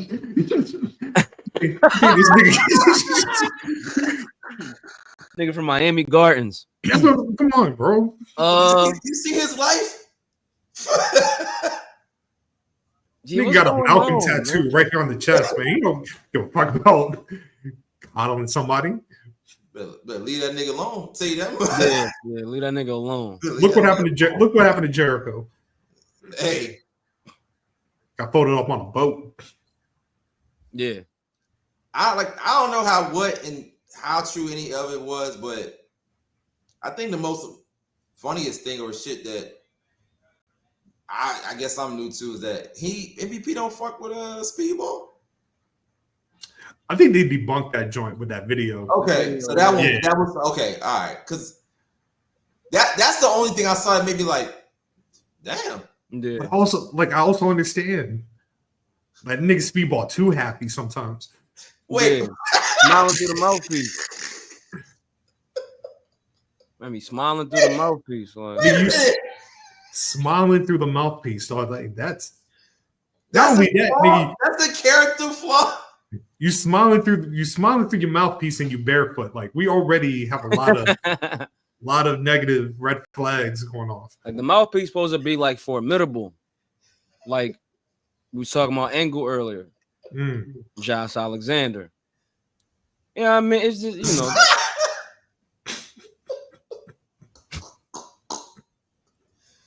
Damn, a nigga can't even be positive. Shout out to Speedball, man. Shout outs. Hey, the fuck are you bowing me for? Like, Speedball, bro. I 100% understand MVP. Who's the last bowler winner? Is it him? Dude, that wasn't Danny, was it? Okay. Nah, it wasn't Danny. Hold on. Shit. Hold up. You know what I mean? We ain't got to wait on that. I'm just like, you know what I mean? But oh yeah, I'm no, sure. that boy, Mike Speedball, man. He's a character. What do y'all think about like one of the members of the Hurt Syndicate wanting to end the MJF storyline? I already know who it was. I feel like it didn't. I can buy that one. I can buy that. Yeah, that one didn't really surprise me at all. Again, the only thing I saw that made me laugh was the Speedball joke. Speedball was the last Bolo winner. Yeah. Yeah. I think Danny before him. Yep. Okay. Hey, listen. What was the other one? They didn't want to drop the chips to jet speed. Nigga, who would?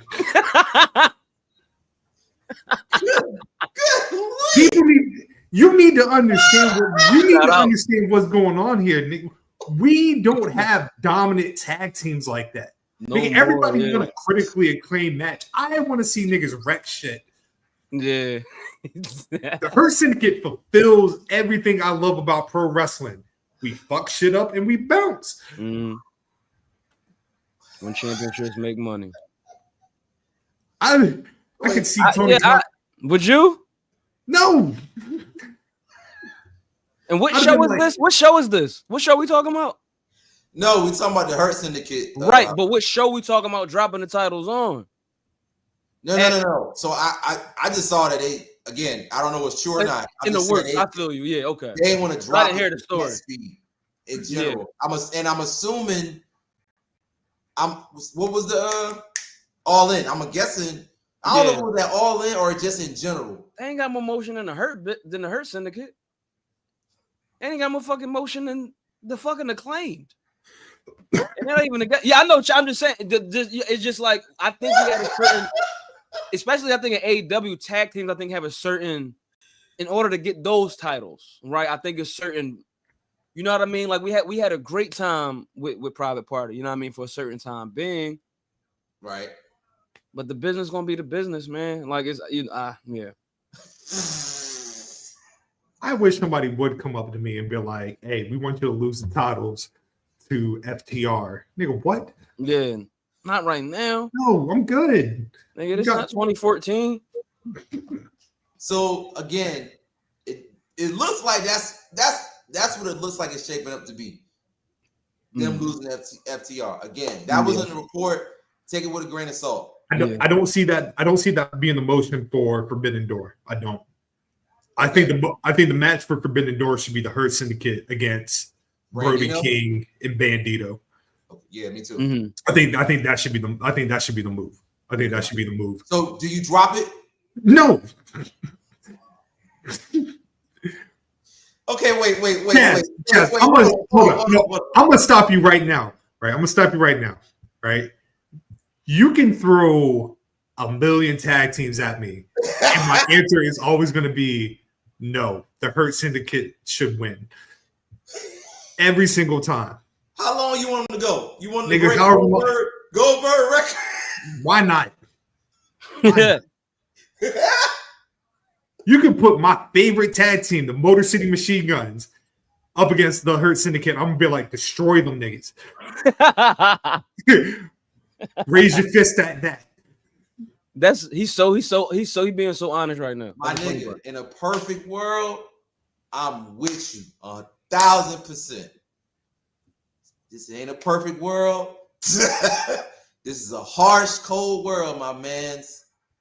And all I'm saying is this: it's gonna be between FTR, Jet Speed, or Brandino. Those are options. Brother Chaz, can I tell you something? Sure. I've been studying this shit for a long time. Okay. To hear black men be in a backstage setting and they're telling people no in wrestling. Oh nigga, my God. This is great. Beautiful. Nigga, say no to everybody. This is like Spike Lee. This shit is amazing. This shit is like fucking nigga. What? You can put Hangman Page up against Bobby Lashley for the world title. And I'm gonna be like, give that title to Bobby Lashley immediately. Yo, man, when that Ron Killing shit first started popping, I'm like, oh, they didn't got Scott started. When they got him started. They got him. Here we go. He got his name back. I'm like, oh yeah, they didn't got Scott. Yeah, man. Yeah. Oh man, I'm disappointed. Chaz, humor me real quick. Talk to me. In fact, you know what? You're the defense attorney this week. Shit. Yeah. Shit. He got handed the briefcase. Fuck. You have to explain to the jury. Okay. A scenario that the Hurt Syndicate should lose the tag team titles. Damn.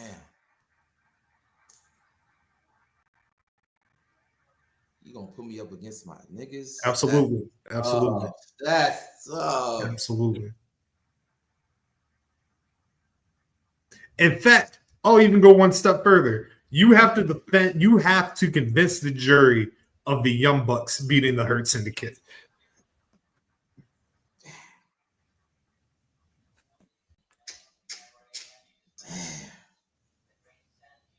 Can I use a lifeline? No. Damn.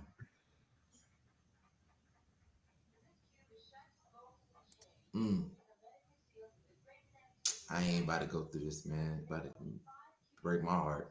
Damn.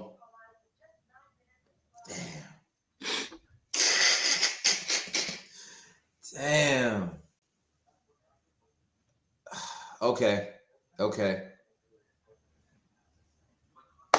Damn. Fuck. Because why would I want? Who wants that? Exactly. I've been with the Bucks now. And that shit they talking lately.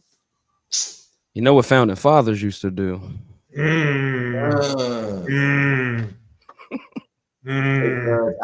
withdraw. Hey, Judge, my man's guilty. I'm gonna get up out of here.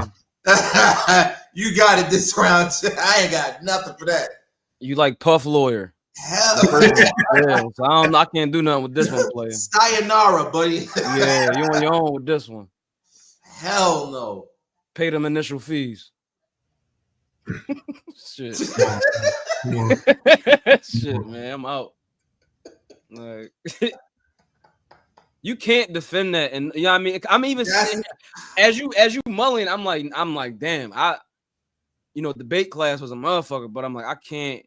Because I'm trying to even do even the shenanigans that make none of that makes You can't sense. even pee this shit. Nothing that surrounds that makes sense. Yeah. The reason why I can see them losing to Brody and Bandito is I feel like that's a believable babyface team, right? You know what I mean? Like Big Brody, Bandito's already on fire. Like it makes sense, right?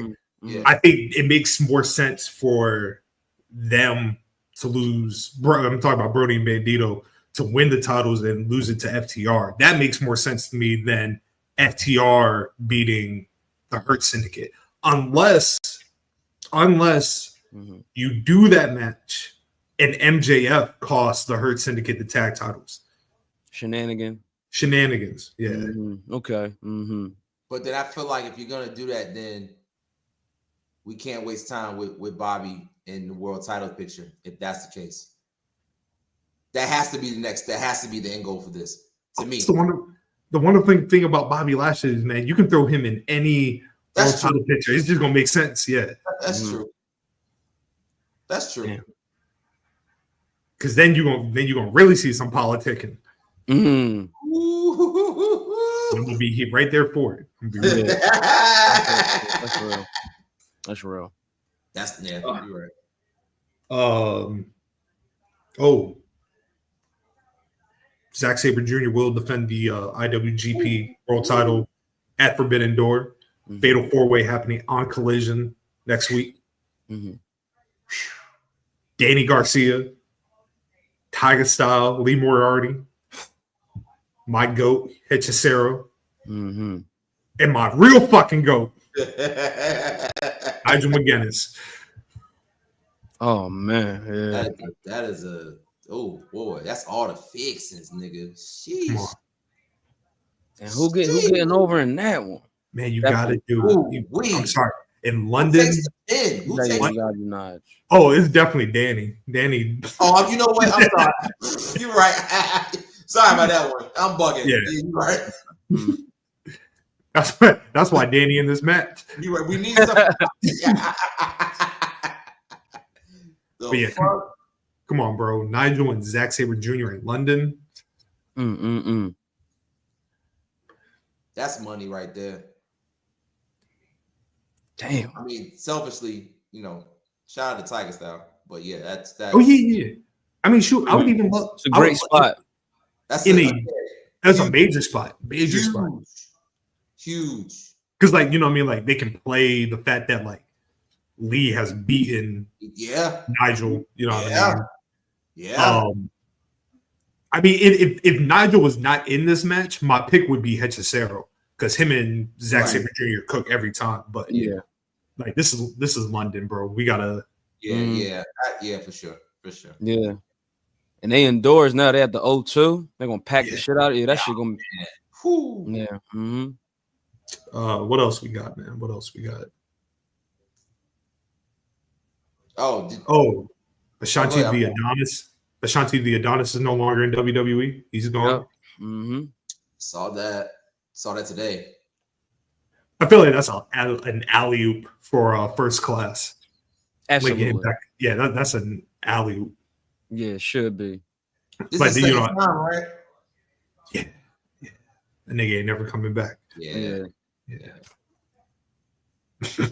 Okay. Well, yeah, shit. That's it. You can tell that's it too in the tweet. Yeah, that's not looking. But like, I think like him, AJ, you know what I mean? They just brought back Rich Swann for First Class. I think that'd be a nice little group. Yeah. Would they can make something happen. Yeah. Chaz, talk to me, man. What else we got?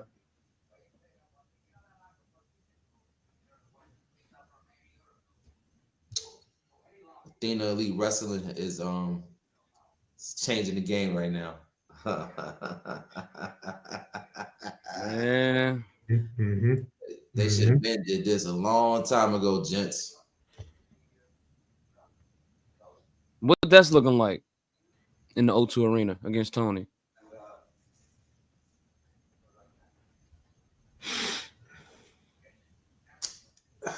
Man, does she win? Yeah. She gotta win. Got to. In theory, no. she gotta win. Because if you won't go give it to Mercedes, then I mean, who's really left?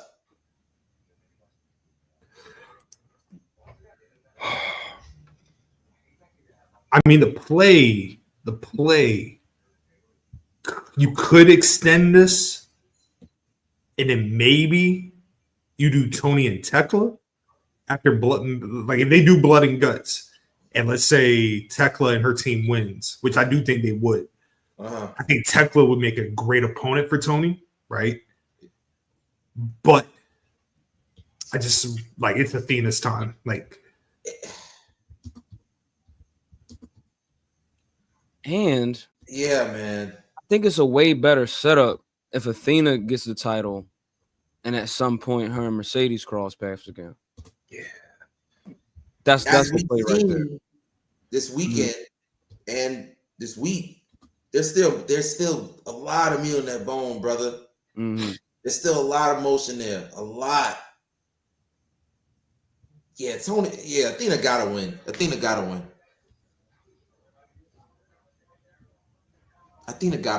Yeah. I mean, shoot, you really could like you could do like a winner takes all type joint. Like if Athena wins, she'll have the AEW women's, the Ring of Honor. Mercedes got these 8 belts. I think there's a behind the scenes play right now on elevating as many women's championships in wrestling. I think that's why Mercedes has been going around. I don't think this is just one of those things where like Mercedes just collecting the belts and she's not going to do nothing with it. I really do think she is making a strategic play at highlighting these titles because I feel like something bigger is in the works for this, right? I think last night, like Athena, I think doing that show, we run the world in Texas. Mercedes pulling up. I don't think that's a coincidence. I don't think that's just like a one-off. I think something major is happening in women's wrestling right now, and maybe we just don't see it right now. But I 100% see something major happening next year when it comes to women's wrestling. I'm on the same page as you. As a matter of fact, because again, I'll even go further. I feel, again, last night we Run the World with Athena being a majority owner, with clearly the best woman in the best part of wrestling the game, in Mercedes going on this kind of world tour with all these different type of belts, linking up there, having the freedom to move the way she wants to move, having this cachet of, even though she's not the big AEW dog, she's still the top of the top as far as the pyramid right now. I don't think it's a coincidence, and I was going even further. I think Maya World plays a huge part in all of this, more than what we see right now. But absolutely, she's a huge fan. Mercedes doesn't post. Mercedes is strategic of what she posts, how she posts, and when she posts. She doesn't just retweet that shit on the same week of this show, and at the same time, because Maya World is a clear disciple and a clear lover of Athena. None of these things are happening by coincidence. Like you said, everything is strategic. Everything is moving towards something massive. Yeah. Next year. Y'all was talking about like an evolution kind of deal. I'm not gonna. Yes, it could, but I'm not gonna say. I don't want to put it on that same pedestal. What I want to do is evolution. This specific evolution can be a blueprint as to what kind of we start to see coming down the pipeline, because we were talking about having us removing one of the PLEs that maybe not get the same motion and having that take its place. You mean to tell me that shit couldn't go on right after WrestleMania instead of Backlash? So I think that's where we're kind of moving towards 2026, which I hope is that women business by far right now is the end all be all for the topic of conversation. From what we've seen with Evolution, for what we're seeing with Mercedes, to what we're seeing with Athena, to what we're seeing with Toni Storm, to what we're seeing the women do on the indie scene, to what we're seeing now, having being literally watching it play out to a peer of ours within this Black culture in Maya's world, having both probably 2 of the top 5 women in the game being connected in some way, shape, or form towards them. None of this is by coincidence. So I'm excited to see what comes of how we kind of start to not downplay, how we start to take away the titles from Mercedes, how that looks, what's going to be the story behind that, and how we build towards the TBS title possibly changing hands, and how that sets the stage for the rest of this year in 2026. No, I see the play. Y'all talking about Maya? Would y'all mentioning Maya and the Mercedes stuff? Yeah. Yo, I seen a little bit of clips from it, but like that Maya Billy Starks. I heard that was gas. I heard that was good. I seen about like 5-6 spots. It looked crazy. It looks Maya. Even when I seen the announcement, I'm like, oh, that's gonna be one of the ones that weekend that we're gonna hear about, and we hearing about it. Maya been on fire this year. Yeah, she drawing. She's out of her mind. She's been fire. So yeah, she needs to be next on Fourth Route. I know it's a lot going on Fourth Route right now. Shout out Alexis, you know what I mean? Shout out Sierra. If I'm not mistaken, has she been on the but that needs to be a thing. That's absolutely. They need to draw that into the ground. I'm telling you, man, women's wrestling in 2025 is what's carrying everything. Like women have just been. You don't think when this blood and guts women's joint happens, you don't think that's going to be destination television? That's moving numbers. That's going to do numbers. Shoot, that's probably been one of my favorite feuds this whole year. Like, and you know what I mean? Like, it's unfortunate that like Jamie Hayter got hurt. Yeah. But man, if you want to talk about step up, Aminata. What y'all think Karrion Kross did? Aminata did. That's stepping up to the plate. Yeah.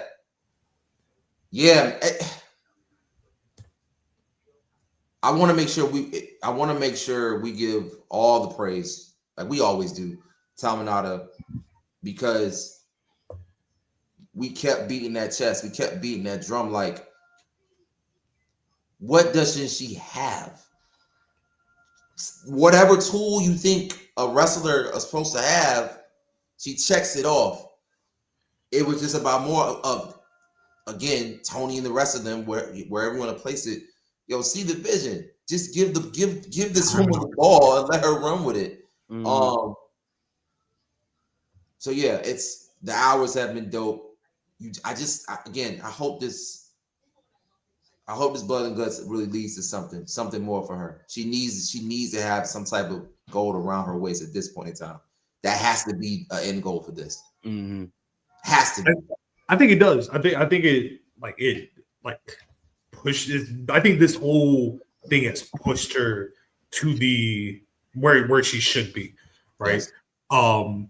And shoot, I mean, for real, salute to everybody involved in this: Tekla, Julia, Sky Blue, Megan, Penelope, Willow, Ty Mello, Anna J, Aminata, you know what I mean? Statlander, you know what I mean? Like, I think she'll be a part of this. Mm-hmm. We're about to get Harley Cameron back.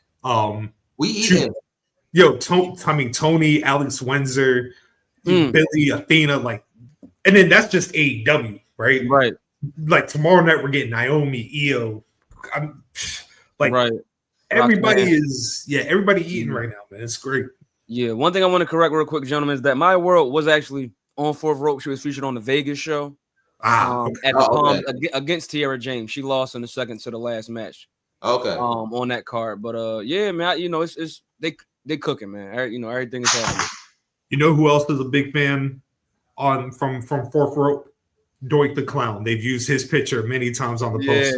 You know what I mean? Real and Crush.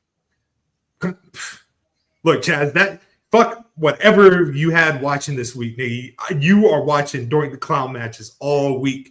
That's a Fourth Rope special. 93. Look, we got options, dog. We got Crush. We got Mr. Perfect. Yeah. We got Artie. We got Macho. Got Yoko for you. Yo, we got a fantastic 8-minute scrimmage between him and Brett. SummerSlam 93. I'm laughing because when I started doing your watch list, the first ones I started seeing was up there was like Doink versus Crush. and for what it was pretty solid. I will say that. Doink was good shit, man. Before we get out of here, let me just say this one thing, man. Let me just say this one thing, right? Pro wrestling, for as subjective as it is, right? Dave Meltzer can get a lot of credit for introducing wrestling to people. Like, there's been a bunch of matches that I don't think I would have ever seen when I was developing my fandom if it wasn't for like the 5-star, the ratings and everything. But there is definitely a section that made him influence fans not watching certain matches, right? And that's all it comes down to, right? People see like the clown gimmick and they're like, oh, that shit whack. Why is that whack? An evil clown in pro, like that's funny. That's great. Right. You know what I mean? There's nothing Dave Meltzer has told me that makes me think like, oh yeah, King Mabel was whack. No, King Mabel was dope. Exactly. And yeah, so like the one thing, if your heart does feel the need to watch any of those matches, those Doink matches I'm recommending, know that I'm not putting you on to just like comedy matches. Like, these are serious, technical, like incredible matches. Like, I honestly would put, and I'm not even saying this just because it's topical, I would put that Doink the Clown, Marty Jannetty 2 out of 3 falls match against any match today. That match was incredible. That was a Monday Night Raw. Incredible match. Right on TV. Incredible match. But yeah. Simpler times, man. But watch more Doink matches, y'all. That's y'all theme for the day. Right. Do we got anything else, fellas? Got anything else? Anything else sticking out? I think that might be it, man. One last thing. Because I was meant to say it at the beginning of the show. Love 100%, sending 100% love, thoughts, and prayers to Jonathan Gresham. You know what I mean? For those that don't know, Jonathan Gresham suffered 2 strokes last week. Took him 30 minutes to dial 911. Very, very scary situation. Especially, we all know Jonathan Gresham, you know what I mean? Man is like in tip-top shape, you know what I mean? One of the best. He had just wrestled on Bloodsport against Pete Dunne. Terrifying. It had to be absolutely terrifying for his wife to see him like on, you know, the ring camera. It looks like, you know, I mean, he's just in good spirits. So, but yeah, I just wanted to just say that love to Jonathan Gresham, love to Jordan Grace. You know what I mean? Obviously, the very first thing for Black men, please get regularly checked. You know what I mean? Go to the doctor. You know what I mean? Like, very grateful that Gresham was able to even make that phone call. You know what I mean? Yeah. So yeah, that's just wanted to shout that out real quick. Yeah, man. You know who been heavy on my mind lately too, man? My man Chris Bay. You know what I mean? Just about that from a little while ago. So I know that, you know, he good in it, but he just been somebody that's been on my mind heavy lately too, and that's been keeping him in mind. You know what I mean? But yeah, peace to Gresh, man. I just want to, because I know we talked about it earlier, just want to kind of double back, you know. I don't know what the right is. Oh, prayers for your brother. Absolutely. I don't know what the right answer is when it comes to, you know what I mean, trying to watch WWE and trying to balance out, you know what I mean, what you feel is the right thing that you should be doing, what your morality says you should be doing. I don't know. I'm definitely not the person that has all the answers about it. Again, it took me a minute to slide back here. Nash. To this space. Shout out to Nash. Love to you, brother. It took me a minute to slide back here. And I'm just very thankful I was able to slide back to a village that understood, where I was at and how I felt about this shit, but how much I loved it. And it's the reason why I can't fully say, I'm fully done with, WWE, I'm fully done with this, whatever the case may be, because again, this is what brought me to the dance. This is what brought me here to this village. This is what brought me here to, 4 brothers who I love deeply. And revitalize the game in my heart that I had since I was a kid. But, for me, man, my entire village, a deep part of my village, a good portion is Black women. You know what I'm saying? I have women in my life that are not Black that means just as much to me, that held some type of place in my life. So to know the hell we climbed out of with that whole Vince shit, to just, just this new sense of revitalized energy that niggas had when it came to WWE and the shit that spawned off that whole thing. Again, everything started to it was a domino effect. Once the top of the top got better, it trickled down to everything else. We started to see AEW hit its stride. We started to see, Impact find its new groove, which led it back to TNA. ROH at the time was on a surge. Everything that we always wanted in this shit happened after that whole little era. But the most important thing was we felt like we made it to where just women felt safe. You know what I mean? Like, fuck all that, the benefits of the graps, fuck all that, you know what I'm saying? The growth of the game. One of our biggest issues we always had was protecting women, not just in wrestling, but in life. So when it finally started to look like we were getting to that space, at least within wrestling, and again, there were a multitude of things that were happening. And not to say we ignored it. It's just that it was like, all right, well, at least it ain't this bad. You know what I'm saying? So we just keep on marching forward. We'll speak up about this, we'll speak about that, but we'll keep on marching forward because at least it ain't what we had.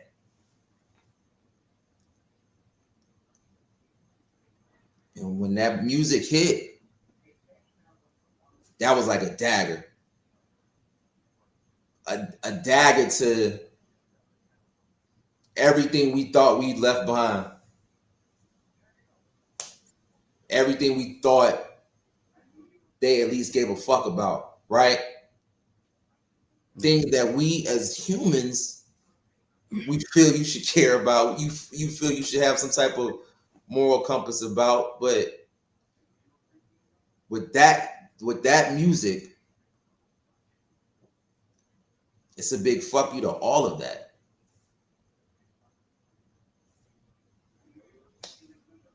So it's like, for me, I say, I gotta take a break, man. I gotta take a break from watching them like that. I gotta take a break from tweeting about them like that. I'm not saying that's the right answer. I don't know what the right answer is, because this is not the first time that things that are morally and so corrupt and just filled with toxicity.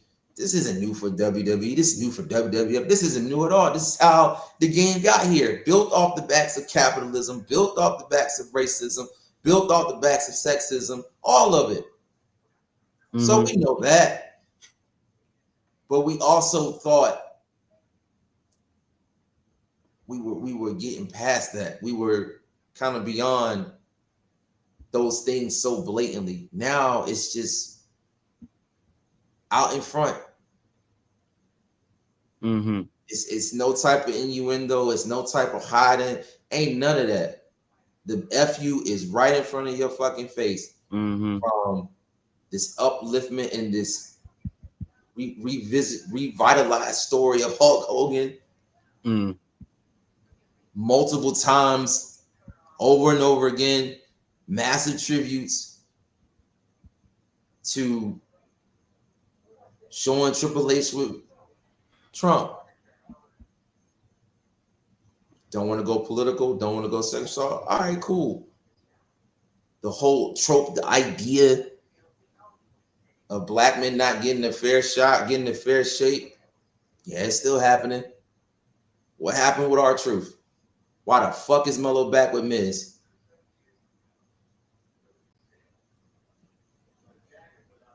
Mm. And now you want to try to pull the trigger on Street Profits after you got your use out of it?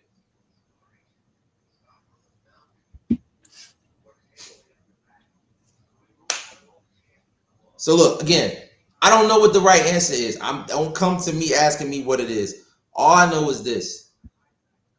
This is what I'm doing because my mental health is important, but more so and more than anything, I love this shit because it brought me to this space. And I'm aware that I can't just turn it off completely because not just as somebody that loves these guys, but as somebody I consider myself a journalist, somebody that needs to know what's going on so that I can be a vital asset to this podcast. Mm-hmm. So yes, it's important for me to know these things, but for me, I'll invest some other time into other brands. I'll invest some other time into the indie brands. I'll make sure I'm banging that drum when I do see the good shit on AEW. And again, I'm not telling you that AEW is even better. They got some shit with it too. But for the most part, they seem to get it right. Should it be and can it be better? Absolutely. We're able to deal with certain things with AEW right now because it doesn't feel like there is no end-all be-all with what AEW is. Right now, what WWE is, it's telling you everything you need to know. There's no hiding anything. And as much as I want to continuously support the people I love, support the culture, support beautiful storylines, support shit that in theory you would think should happen, it's getting harder to even enjoy that right now. But I can't let it go completely. So I know this is my time where I say, all right, I'm gonna take a break. But I'm very thankful that we have and this is the other side of the coin. There are other options, a lot of other options. If you want to be a historian, okay, let's go back and study the game tapes and take everything else you know about what's going on right now, put that to the side and just enjoy it as a historian, as a kid. Do that. Hell, if you want to catch up on YouTube, call a day, do that. Support your indies, support your locals, support your women, support your journalists, your real live journalists that don't just tweet things, but actually write whole articles, whole documents. We got a whole live journalist in Scotland who got a bevy of articles for you to study, not just in wrestling, but in life itself. You want to know more about what's going on in the streets, not just with wrestling, but the politic aspects. That's what we got Low here for. Locker Room League. We are a brand that, yes, covers graps, but we a brand that understands sometimes you need a break from that shit. That's why I'm very thankful that we are a collection of beautiful brothers that love each other, that understand each other, that push each other to do more, that will call each other out on their shit if it needs to be. And for nothing else, we really do like each other. This isn't a facade. Find you a village. Find you a village that helps you understand this shit. Because it's hard to navigate this shit by yourself. It's hard as fuck. You can't. There's no way. But more importantly than anything, don't lose your moral compass. Don't lose sleep onto who's gonna fuck with you or who doesn't. Because newsflash, them motherfuckers got a lot of shit going on with them too. They just not brave enough to talk about it. Nobody on this shit is perfect. And if they are selling that shit and you buying it, you just as fucked up too.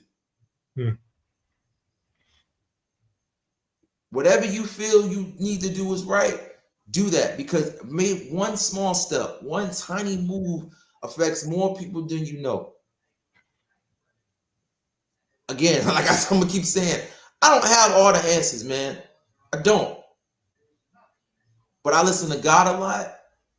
I move with good intentions. I move with love, and I try my best to feel like whatever I feel I should do, I do that, and not look for validation from somebody else. Oh, no.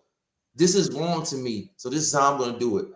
If you still fuck with me after the fact, then I appreciate it. And if you don't, then you wasn't part of my village in the first place, and I'm cool with that. Again, like we always say, we don't judge. You want to celebrate somebody, cool. That's who you feel like you want to celebrate. By all means, go ahead and do that. But just understand certain things about how we are and how we move, we're not going to waver on. If we feel like something is wrong, we speak on it. If we feel like something is right, we celebrate it. And certain things for us, when it comes to racism, sexism, sexual assault, and everything in between, we're not going to go for that. But at the same time, I can't tell what these gentlemen need to do. We all choose what we feel like is what we should do, and we all celebrate that. That's the beauty of us. We practice what we preach, and maybe that's the right answer. Practice what you preach, and don't seek validation for others that still trying to seek validation for themselves.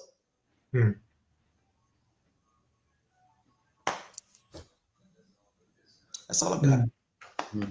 No other podcast are you going to get real life dialogue, a plethora of Doink the Clown matches, and talking about why somebody might not like Speedball Mike Bailey. Like, man, we do it. Like, we do it all. Man. We do it all. Multifaceted, all around. Beautifully said. Beautifully said. I wouldn't want to do this shit with anybody else, man. I love y'all. I love y'all dearly, man. Same, brother. Same.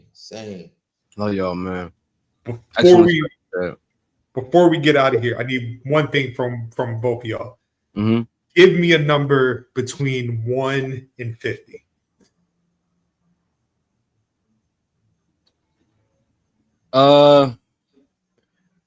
Let's go Todd Dillinger, 10. 10. Chaz, what you got? 1 and 50. You know what? Let me go with them God numbers. Give me 11. 11. I like that. Okay. The reason why I asked y'all that is because I'm making an executive decision. Chad, you were the closest. I hit the random number generator. I got 20. Tomorrow, you get a BGW championship title match. It will be Nolo versus Chaz for the BGW Predictions Champion for Naomi and Io Sky. One off. One off. Chaz, who is your prediction? Shit. I think, personally, friend to friend, brother to brother, I think you should go with the champion because whoever you don't pick, that's who Nolo automatically gets the pick. I was about to say. So it's a funny stipulation. So if you just happen to proceed with caution, I think we have a nice alley-oop for you know what? Yeah. Give me for the culture, man. Give me Naomi. Give me Naomi. He's having a great. He don't know nothing about this right now. Oh, we gonna tell him. Fuck his whole concert up. Nolo's pain just soothes my soul. That's hilarious. I'm crying. You can find me at Poetic let's do it. Scotland on X Scotland_Underwood on Instagram.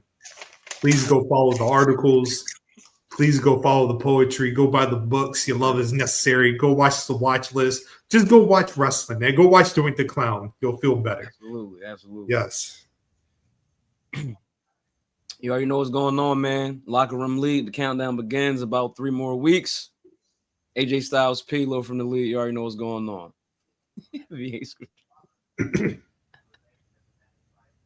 All right. Listen. Poetic Scotland. Y'all know what to do. Articles, poetry, all that good shit. Locker Room League, because the streets need low. You know what I mean? Round 2's on the fucking way. You know what I mean? Until the final whistle, football's in full swing, and the Cowboys look like shit. It's a great fucking season already, man. And shout out to Big Dog Cheevers. What's up, legend? Matt, wherever you at, love and light to you. D-Max and Boston Corner will be back sooner than you know. Oh, listen. Y'all know. Episode 13. 13, baby, out now on all pages. And y'all love us so much. We understand this. So now for your Sundays, we're going to double you up. Not only do you get Lady Scoops Collectives to give you hoops, we're going to keep the blackness rolling at 7 o'clock with Black Tron to protect y'all bodies and souls. Fuck with us. Let's go. Blech. We love being black. This looks September is going to be healthy for a lot of reasons, man. We up. Like I said, this morning I saw all the motivation I need. We're not working hard enough. Yeah. We coming for it all. We coming for it all. By the time you come back next week, we will have a new BGW World Champion. We might have a new Daytona champion. I don't know. We'll see. We'll see. But one thing is 100% guaranteed. Go ahead and enjoy that title, bro. White strap on the way. And the one thing you can always anticipate, us being back next week, 210. We are going to start incorporating some more guests. You know, we've now hit that 200 mark. So start. If you want to come knock with us, come rock with us, please hit us up. BGW, everybody's welcome. We love everybody. Well, let me rephrase that because my wife will 100% tell me not everybody's welcome. So yeah, not everybody's welcome. We'll have a discussion. Yeah. So salute to my love. But gentlemen, you got anything else? Good, baby. So not in the books, man. We keep it ethical. Are out. Peace out to my world. And at the end of the day, go watch Doink the Clown matches, nigga. Stop fucking playing. WrestleMania 9, the greatest WrestleMania of all time. Stop Caesars, playing, baby. Come on. We done. We out.